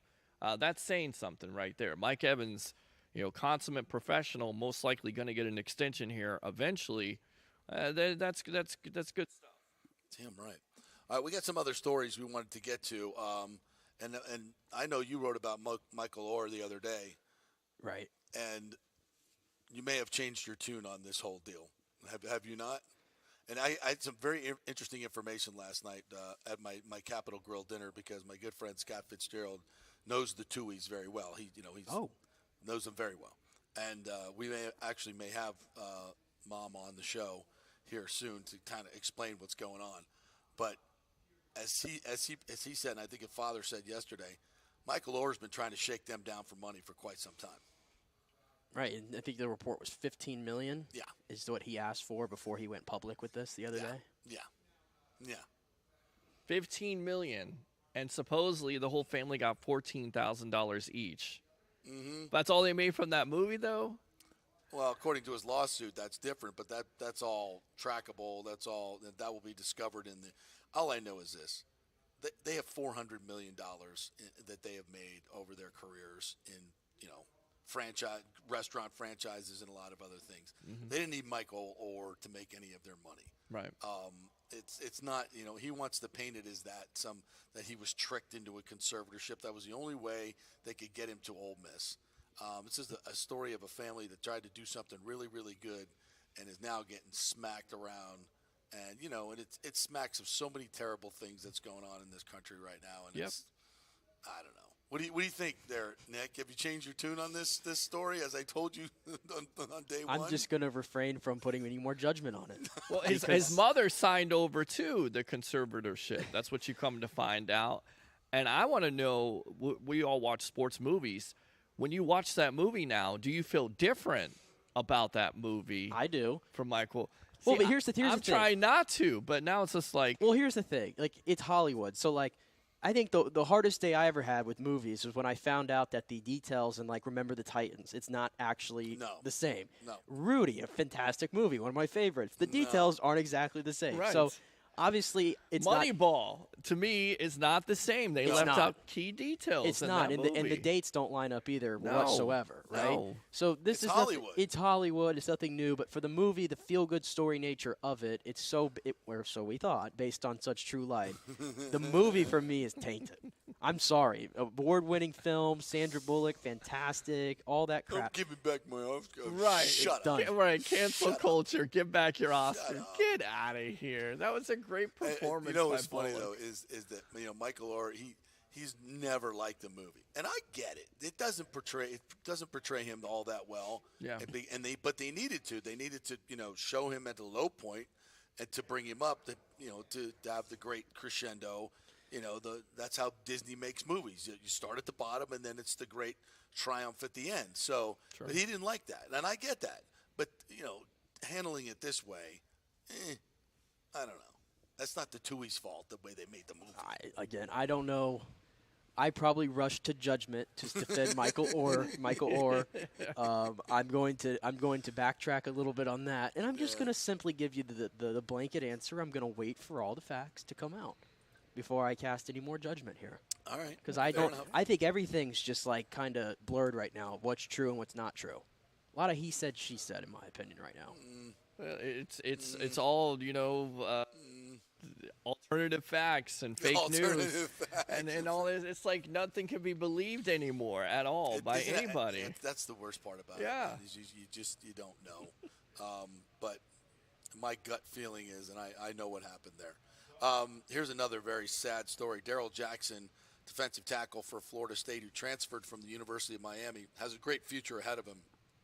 The NCAA denied his waiver to play for Florida State this year when he expressly moved to Tallahassee, closer to his mother, who is ailing and has some real health problems. Right. The NCAA in these particular issues has set precedent after precedent after precedent. And as Pat Burnham from the Osceola told us the other day when he was working at USF, we got waivers for stuff way less than this. And this is a bona fide hardship situation for this young man, and the NCAA is denying him his eligibility. Marco Rubio, who's a graduate of the University of Florida and the University of Miami, the chief FSU rivals, the senator wrote a letter to the NCAA pleading for them to change, and now the CFO of the state of Florida has done the same. Jackson spoke to the media recently, said it was hurtful because I know what I came home for. I came home for my mom. So for me, I'm just trying to get through it and be here for my mom. She thinks it's her fault, and it's not. So I'm going to continue to be there for my mom and see how things play out. I mean, Jesus F. What the hell is the NCAA doing here? The NCAA is the true enemy to college athletics, which I believe they're supposed to govern over, if I'm not mistaken there. And to Pat Burnham's point, we've seen so many other things for less that have been granted waivers. in this situations, and that there's no consistency all across the board with college sports. None. There's zero consistency from the NCAA, and they should be ashamed. And the fact, again, that Congress has to get involved now. Yeah.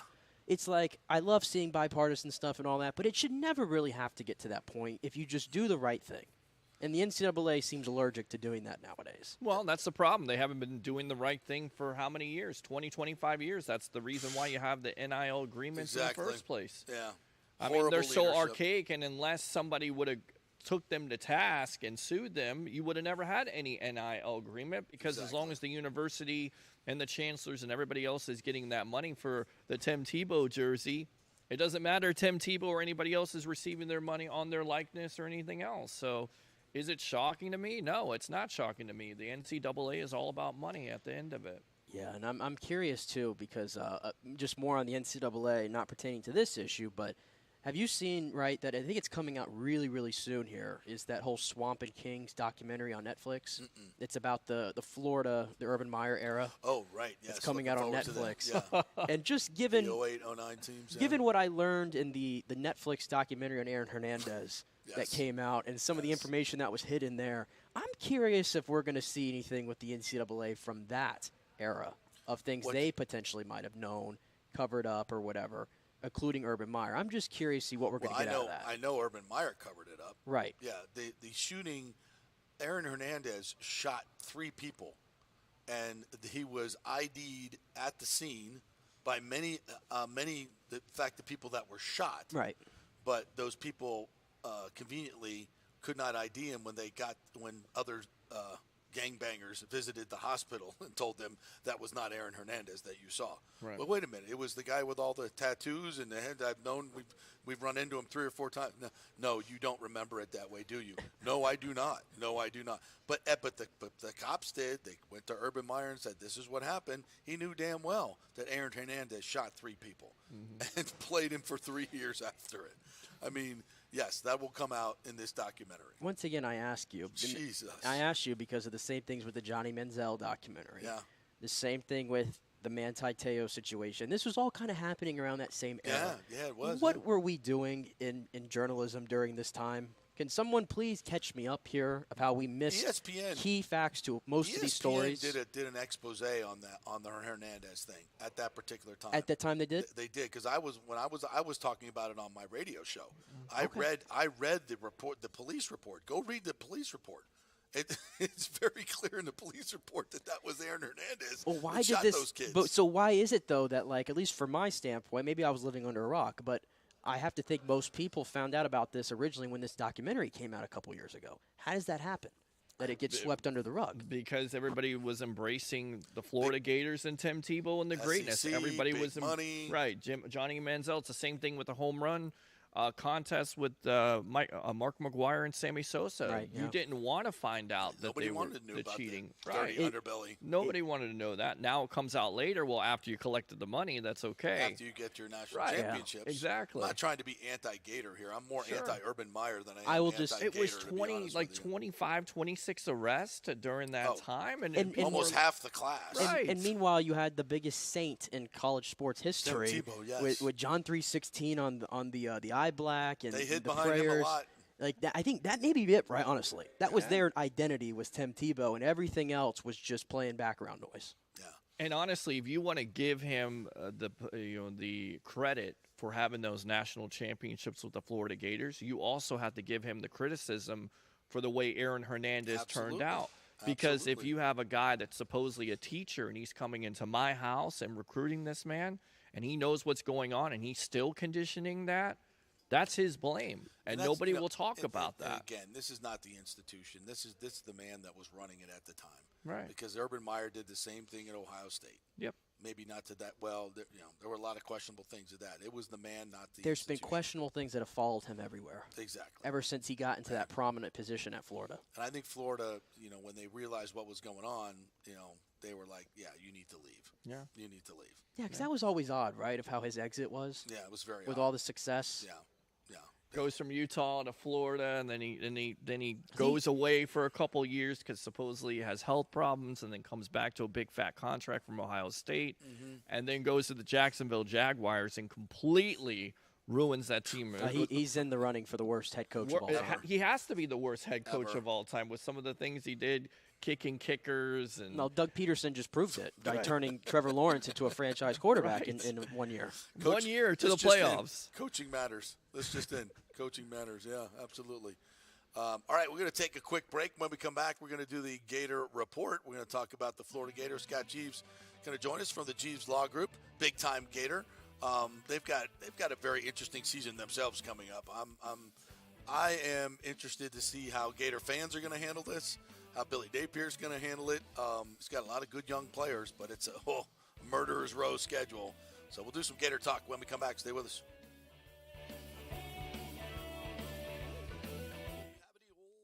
Sitting around the house. Well, the Golden Diamond Source will purchase a variety of different types of coins and bullion.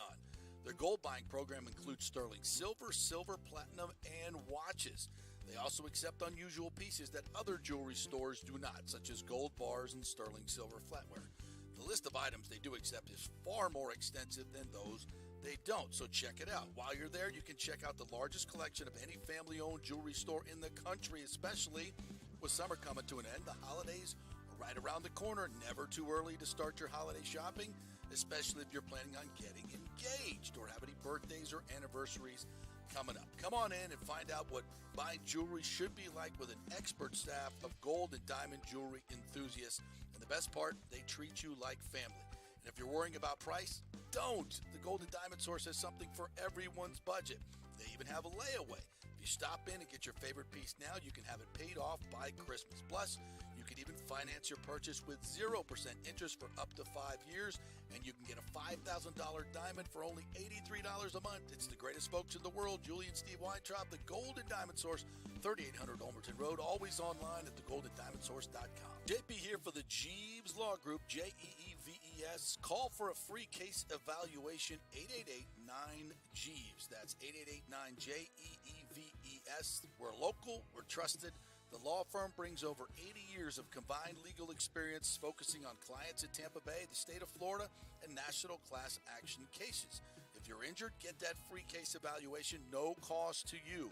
The Jeeves Law Group's focus is on auto, truck, and motorcycle accidents, as well as class action and consumer protection law. Scott Jeeves is a board-certified civil trial lawyer and a certified circuit court mediator practicing in the Tampa Bay area for over 30 years. You hear him on the show all the time. Great guy, big Gator fan, and great for the community. The Jeeves Law Group is a highly skilled team with years of experience that will apply their skills, expertise, and knowledge to assist individuals who have been in an accident with compensation for damages, lost wages, medical expenses, pain and suffering, and property damage. Get that free case evaluation, 888-9-JEEVES. That's 888-9-JEEVES. JP here for my good friends at Italiano Insurance, and they did it again. Once again, Italiano Insurance stepping up with the best customer service. I was in a bind. My old insurance company, my auto insurance, jacked up my rates, so I called Charity at Italiano Insurance, and she stayed till 9:30 at night until she got my insurance done. And guess what? She searched all these companies for me. I didn't do the work. She did. Saved me $1,000 on my annual premium. $1,000, folks. That's real money. And that's what you get at Italiano Insurance. Great customer service. And here's another note for you, by the way, with hurricane season up. 40% of people in Florida are underinsured. That means if you have something happen during a hurricane and you need replacement costs, you're going to get 40% less than you deserve. Can't let that happen. Call the folks at Italiano Insurance and get them to help you out in both those regards. They will save you money and keep you insured properly.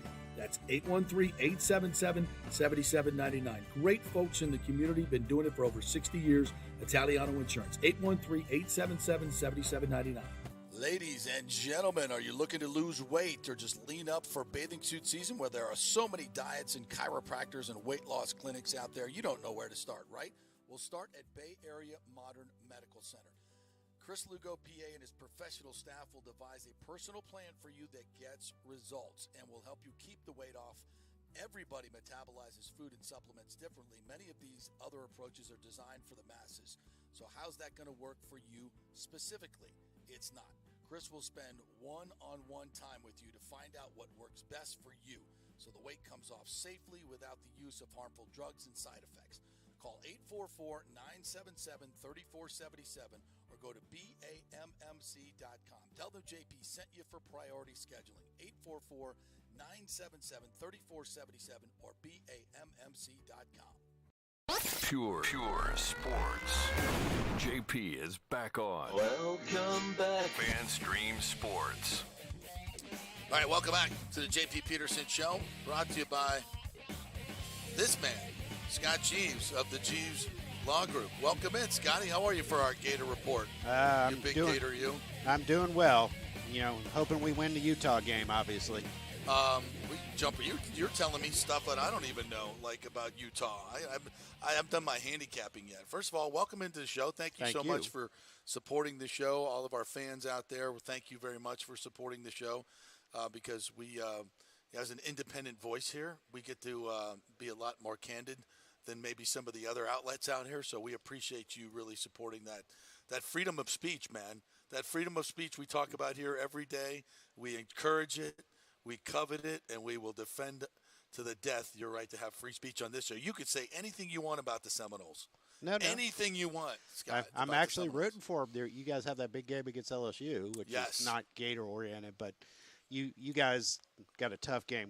We're starting with Utah, and since they're down to their third-string guy, at quarterback, we need to win that game. We need to win our non-SEC games, particularly this year. You got a murderer's row schedule, bro. Well, you play a lot of top 10 teams, and that's where we're going. 6 in the top 15, if I'm not mistaken. Yeah, including you guys, including the FSU. So that's the scary part. Well, it's all cyclical, right? We were just talking about it. Gators had their time, and the FSU now is coming back. And I don't know if Miami's ever going to return, but we'll see. Man, we want them all to return. We'd love it when we were all just the top 10. Yes. That was 10. fun. That was fun. I mean, losing to Miami and losing to Florida is no fun if you're a Seminole. But you know what else is no fun? When neither of us is ranked and nobody gives a crap about the game. That sucks. I was just up at Tallahassee for some depots. I went by Proof Brewing. Yeah. It's awesome. Nice. Awesome. Nice. And I was just totally amazed because I hadn't been up in Tallahassee for years. And it's just gotten mammoth. Yeah, it's big. The college town area right by the stadium. Well, I was there for the Florida game this year. I took my girlfriend and her kids.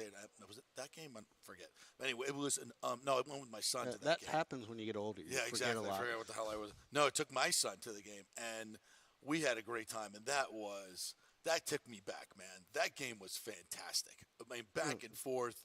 For Anthony Richardson. For you. Well, but at the end of the game, I'm holding my breath.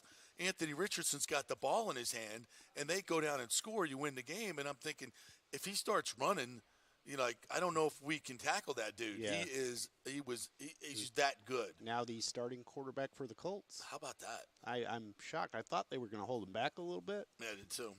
And it didn't He's appear too talented. He's too talented. So as a Gator fan, when you see Damian Pierce and Anthony Richardson and all these guys that were drafted, and you look at the last couple of years, do you say we should have been better?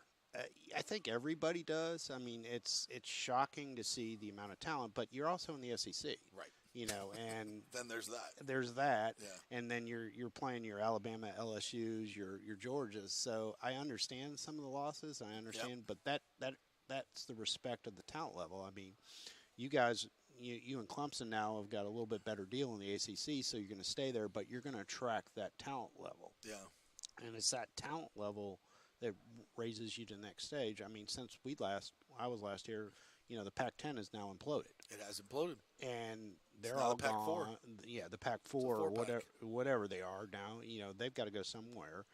And, think of the evolution of college ball, because Pac-10, 10, 15, 20 years ago, was the big deal. Was a big conference. Yeah. They had ranked teams, and now you got SEC, ACC, and Big Ten. Yeah. And then maybe the Big 12 coming up. I think the Big 12 has supplanted the ACC now, to be quite honest. But with Florida State coming back, so now you have two teams in the top 10, Clemson and Florida State, which I think one of those teams is going to be in the playoff. One of those teams will get to the playoff. I'm pretty sure about that. And if it's FSU, I just, what Mike Norvell has been able to do since they lost to Jacksonville State. Like, I mean, I lived it. FSU was terrible. And what he's been able to do through the transfer portal and bring the level up to 10 wins last year, now their roster is as talented, maybe other than Georgia and Alabama, as any in the nation. Well, Crazy. But that talent level, like Florida's got to have it. I mean, we pulled some of good recruits off the portal, but they're our second string, so we've got some backups now. We've got supposedly in spring ball we've had some injuries, but we've had some people step up that could be, defensive ends, some cornerbacks that look really good. But that's spring ball. They got to play it in the fall, and they got to play it consistently.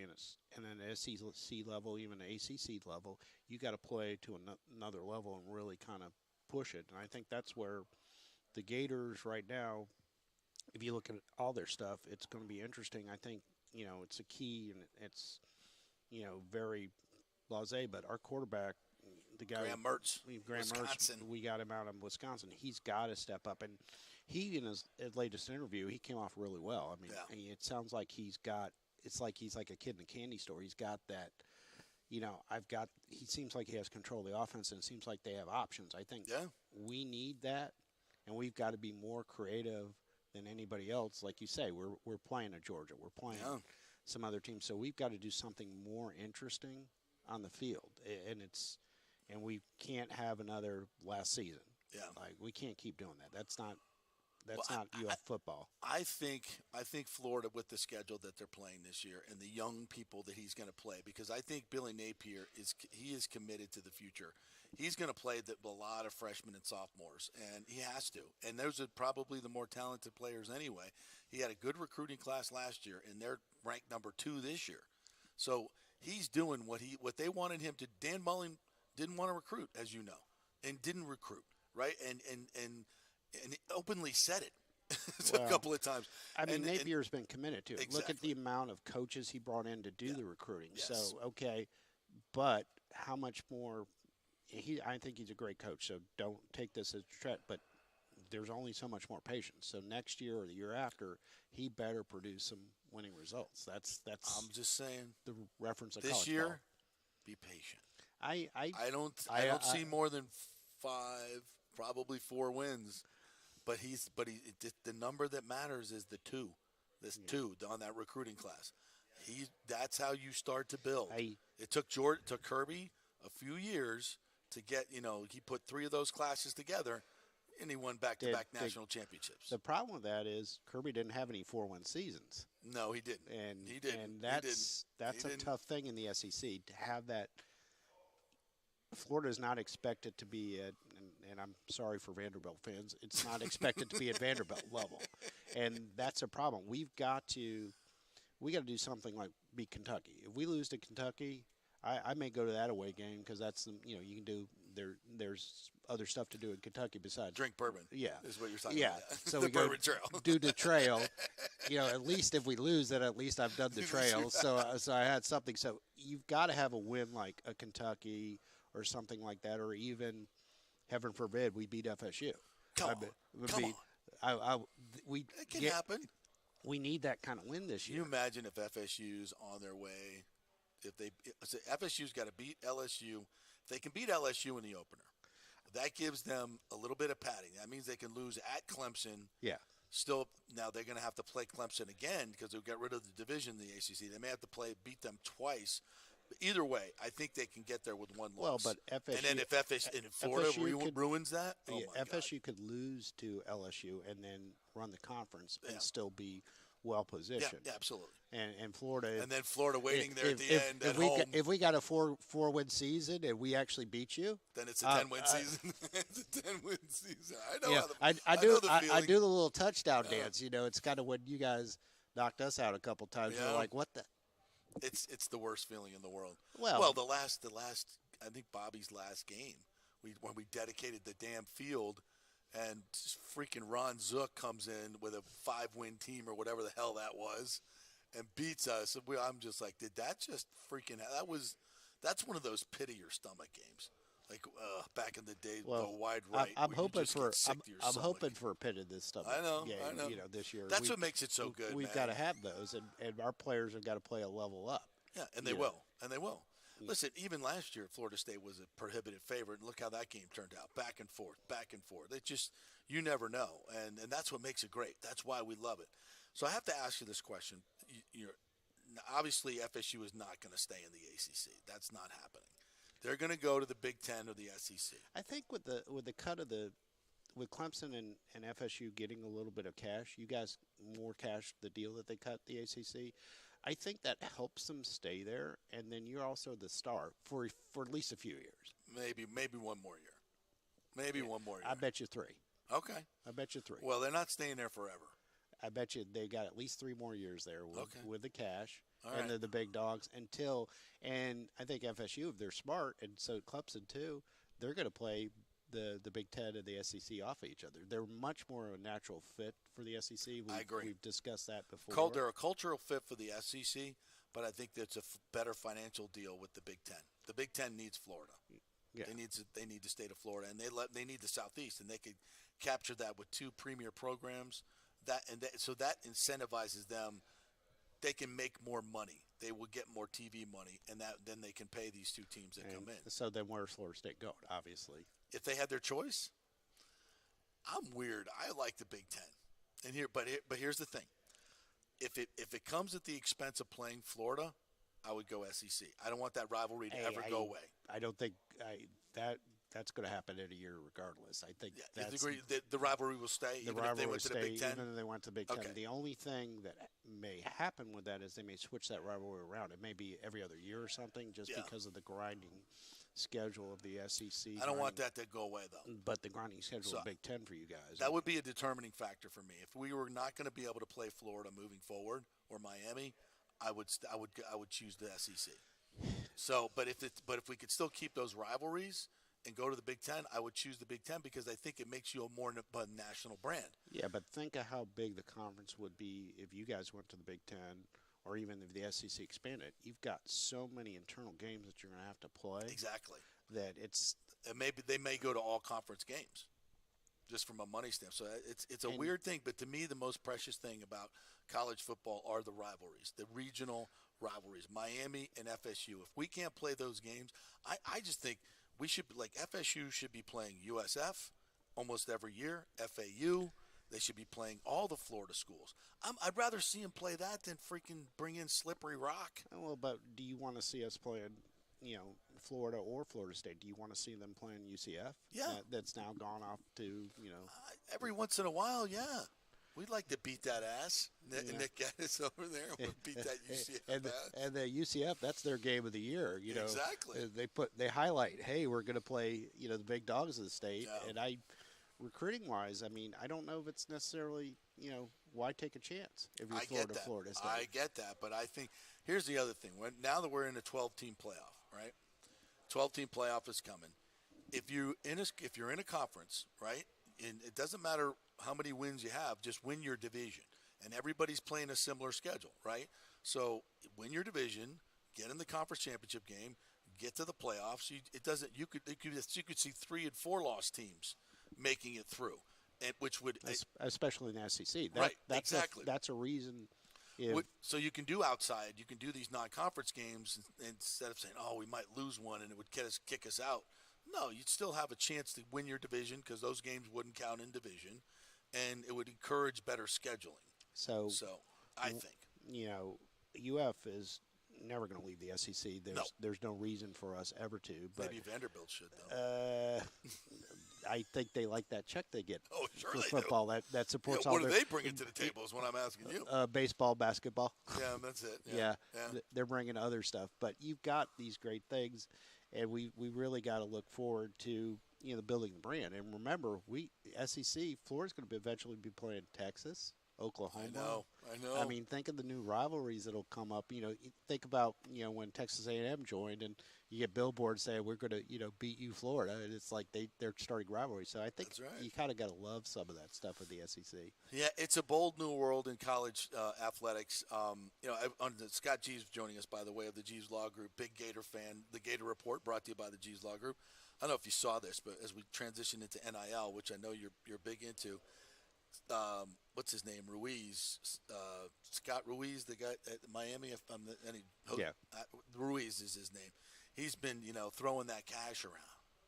He's throwing that cash around down there in Miami, and then lo and behold, what do you know? You ever been to South Beach? Yeah, I've been to South Beach, and I ain't going back, bro. I can't afford it anymore. I can't afford it anymore. Hey, but I think that really categorizes because, like, I remember when I was a young baby lawyer, I had a Jag convertible, and I pulled up and we're sitting there at News Cafe, and then I watched Ferrari, Bentley, Maserati. I'm going, oh, wow. Out of my league. Yeah, I was just like, whew. Well, evidently there's a report came out yesterday that he's being investigated for running a Ponzi scheme. So all that money that he was promising Miami for NIL, maybe it claws back. Might be drying up a little bit. If they do a Ponzi scheme, remember they claw back all that money. Right. So that would be horrible for Miami. Oh, that would be horrible. Break my heart. No, come on. No, but it's interesting that in the world of NIL now, you don't know what you're dealing with. You have these boosters. I'm going to give you $10 million a year for the next 4 years. I'm pledging that. So and they go out and make NIL deals, thinking they're getting $40 million from somebody, and then wait, there's a Ponzi scheme going on here. So that $20-30 million that you were expecting in the next few years ain't going to be there, and you've already promised this NIL money. What the hell? It's a tough thing. I think you've got to set that up, and luckily Florida and Florida State have good boosters. Yes, they've got multiple boosters. I mean, I think where that hurts is a Miami, a USF, UCF, where they don't have the bulk, the depth of boosters. Yeah. And that's where, like, if you give a certain amount of money to Florida, like, I think in the booster rankings, for me, I'm down here just because I don't have the money, to buy a stadium like they guys do. Whereas if I was at USF, I'd probably be up here. Yeah, true. So I think that depth of the boosters for both schools at Florida and Florida State. So that's why I'm hopeful. I'm hopeful for more than 4 wins this season. But I understand your prediction. But I don't think it's going to be I wouldn't be looking at the wins as much as I would be looking at the development of players. And I know that's hard to do. That's hard to do. You got to choke on it. Remember your premier program, supposedly? You've had how many national championships? You've had how many Heisman trophies? And I'm hopeful. I think the quarterback play, it's key for us. Yeah. If he can deliver, and some of these younger players that are supposed to be skilled, and they are, and I get spring ball doesn't translate to fall. If they can do some of that stuff, it could be a better season. And I think you're right. I think Utah, Kentucky, we've got some key games that we've got to win. I'd like to see us maybe edge out Tennessee. That would be an interesting. If we won that game, then that'd be huge. I think that sets your season up. That sets our season up to get to at least a bowl. Yeah, which is crucial because those extra practices when you're building a program, like Florida is rebuilding a program, you need those extra 15 practices for the bowl game for next season. And I think that's nice. I think that's huge in the fact that we're actually going to have players that are probably playing the bowl game this year. If we won't have, the Las Vegas Bowl. These 16 players are not going to play this game because, and I don't disagree with it. No. Hey, if I'm a first-round draft pick, I'm out. I'm out. I'm not going to. What? Las Vegas. What bowl? Where? No. Who? No. So I get that. So I think that'll be kind of some fun for us if we can get. One of the, we just need to snatch one of those games. That's all you need. That people don't think we're going to win, and of course, win the game. Don't make it the FSU game, please. Please. Beat Texas A&M. Don't. I'd have a big Jimbo. Smile. I hate Jimbo. Yeah, I mean, I think I'll be rooting for you guys in that game. I think everybody roots for us that's an FSU fan for that game. There's like the only time they, I can send over a Gator shirt during the Texas A&M game, and you'd be happy to wear it. Absolutely. So I'll be chomping all over it, baby. Let's go. The problem is, I think, Jimbo had played us so many times when he was at FSU. He kind of knew what was going on. Yeah, it's all different now, though. It's all different now. Well, Scott, thanks for coming in, man. Thank you for your sponsorship. We really appreciate it. Without it, we wouldn't be here. So thank you very much. And keep having fun. Yeah, we do have fun. You know that. Scott Cheese, you want to run the break, Nick? Nick will come over here and run the break. Yeah, I was about to say. Do we have a break? I'm a sad substitute for Nick, but I tried. No, you did a hell of a job. All right, quick break. We'll come back and wrap things up here on the JP Peterson Show. Brought to you by the Jeeves Law Group, JEEVES lawgroup.com. Back in 30.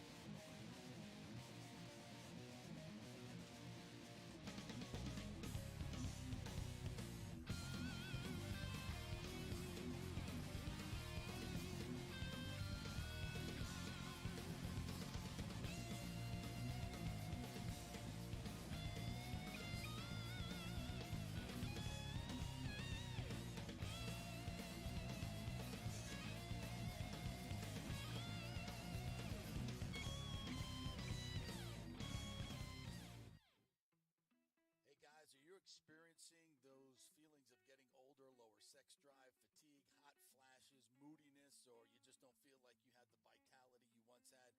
It's a chronic problem here in the United States. You're not just getting old, it's likely low testosterone. Studies over the last 20 years show a shocking decline in younger males aged 16 to 39. Older men have seen a sharp decline as well. So do something about it. Go see my friend Christopher Lugo at Bay Area Modern Medicine. Look, testosterone replacement is not a frivolous treatment. It takes a professional, targeted approach that focuses on total body wellness, vitality, and emotional stability. Not a one-size-fits-all approach like many clinics use. They will monitor your blood work and adjust your treatment as needed for optimal results. Folks, I've been on testosterone therapy for over 6 years, and it is a life changer. You will feel and look better than you did 10 years ago. Give them a call at 844-977-3477 or go to BAMMC.com. Tell them JP sent you for priority scheduling. That's 844-977-3477 or BAMMC.com. Hey, JP here for Extravaganza Productions Incorporated, EPI. You've probably seen their purple logo at so many events that you've gone to. They are based in Tampa. And for over 33 years, they've been creating and producing conferences, meetings, and special events, the biggest to the smallest. Solid reputation of delivering the best audio-visual, sound, lighting, entertainment, video production, and decor on time and on budget. I've worked with them with so many big events. The Warrior Games, which was an Olympic-style event all over Tampa Bay, from McDill to the Convention Center to USF. They did it flawlessly, made it look big and fantastic. I've worked with them on small events as well, large and small meetings and conferences, sporting events, fundraisers. If you got a fundraiser, you don't know the logistical way to pull it off, they'll take care of everything. Entertainment events, branding events, grand openings, so much more. The folks at Extravaganza Productions are the most professional and the best. I've worked with them many times. They are fantastic. You can contact them through extravaganzaproductions.com or call 813-621-4700. Extravaganza Productions, they are awesome. During COVID, over 1.7 million people were added to the Florida Medicaid rolls, but as of April 1st, 2023, most of these people may not be eligible for the Medicaid coverage and will lose their health plan. If you have been notified you are losing your coverage, don't freak out. It's very likely you can apply for a federal subsidy under the Affordable Care Act. Just call 877-652-0244. Our representatives will walk you through the whole process, get some basic information on your income, number of kids, and then they'll find a plan that best fits your needs. In fact, with the new laws, 90% of Americans qualify for reduced or free health care. You can select great plans like Florida Blue, that's my carrier, love them, paying $800 left after making the call. 877-652-0244. Our highly trained professionals know all the intricacies of the new laws. They will do all the work. You save tons of money.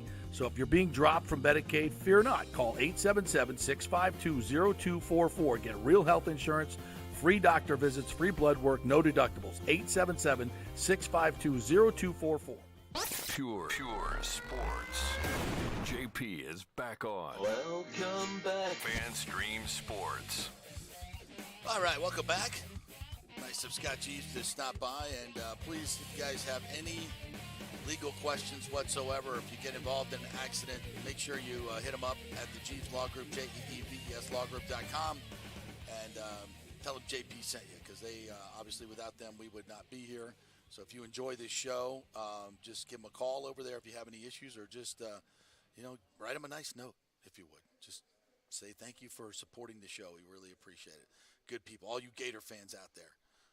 And it's so fun to be able to talk with your rivals and not be like it's life and death. It's just it's the way it should be, and I cannot wait to get inside Camping World Stadium. Said no one ever, by the way. It's a crap stadium that place is. But when FSU's playing LSU, I'm down. It'll be better than going to New Orleans like last year. A lot better. Taking life a in lot my better. own hands. And it sounds like you're going to be up in the box, right? Yep. Yeah, I just got my credential okayed, so I'll be up in the box and then down for the press conferences to be grilling these coaches, whether it be that Cajun talking Brian Kelly, or whether it be Mike Norvell. We'll be doing the post game there and bringing all the great stuff back to you guys here at the JP Peterson Show. Do we miss anything today?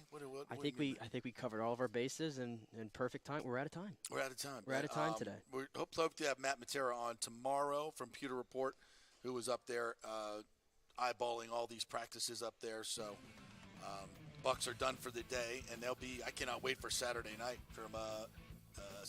where it's going to be a chippy little affair, I think, against the Jets for preseason, which you can see on News Channel 8. We'll get Dan Lucas on with us. He was up there as well, so we'll get Luke on with us tomorrow as well as they get set for that game.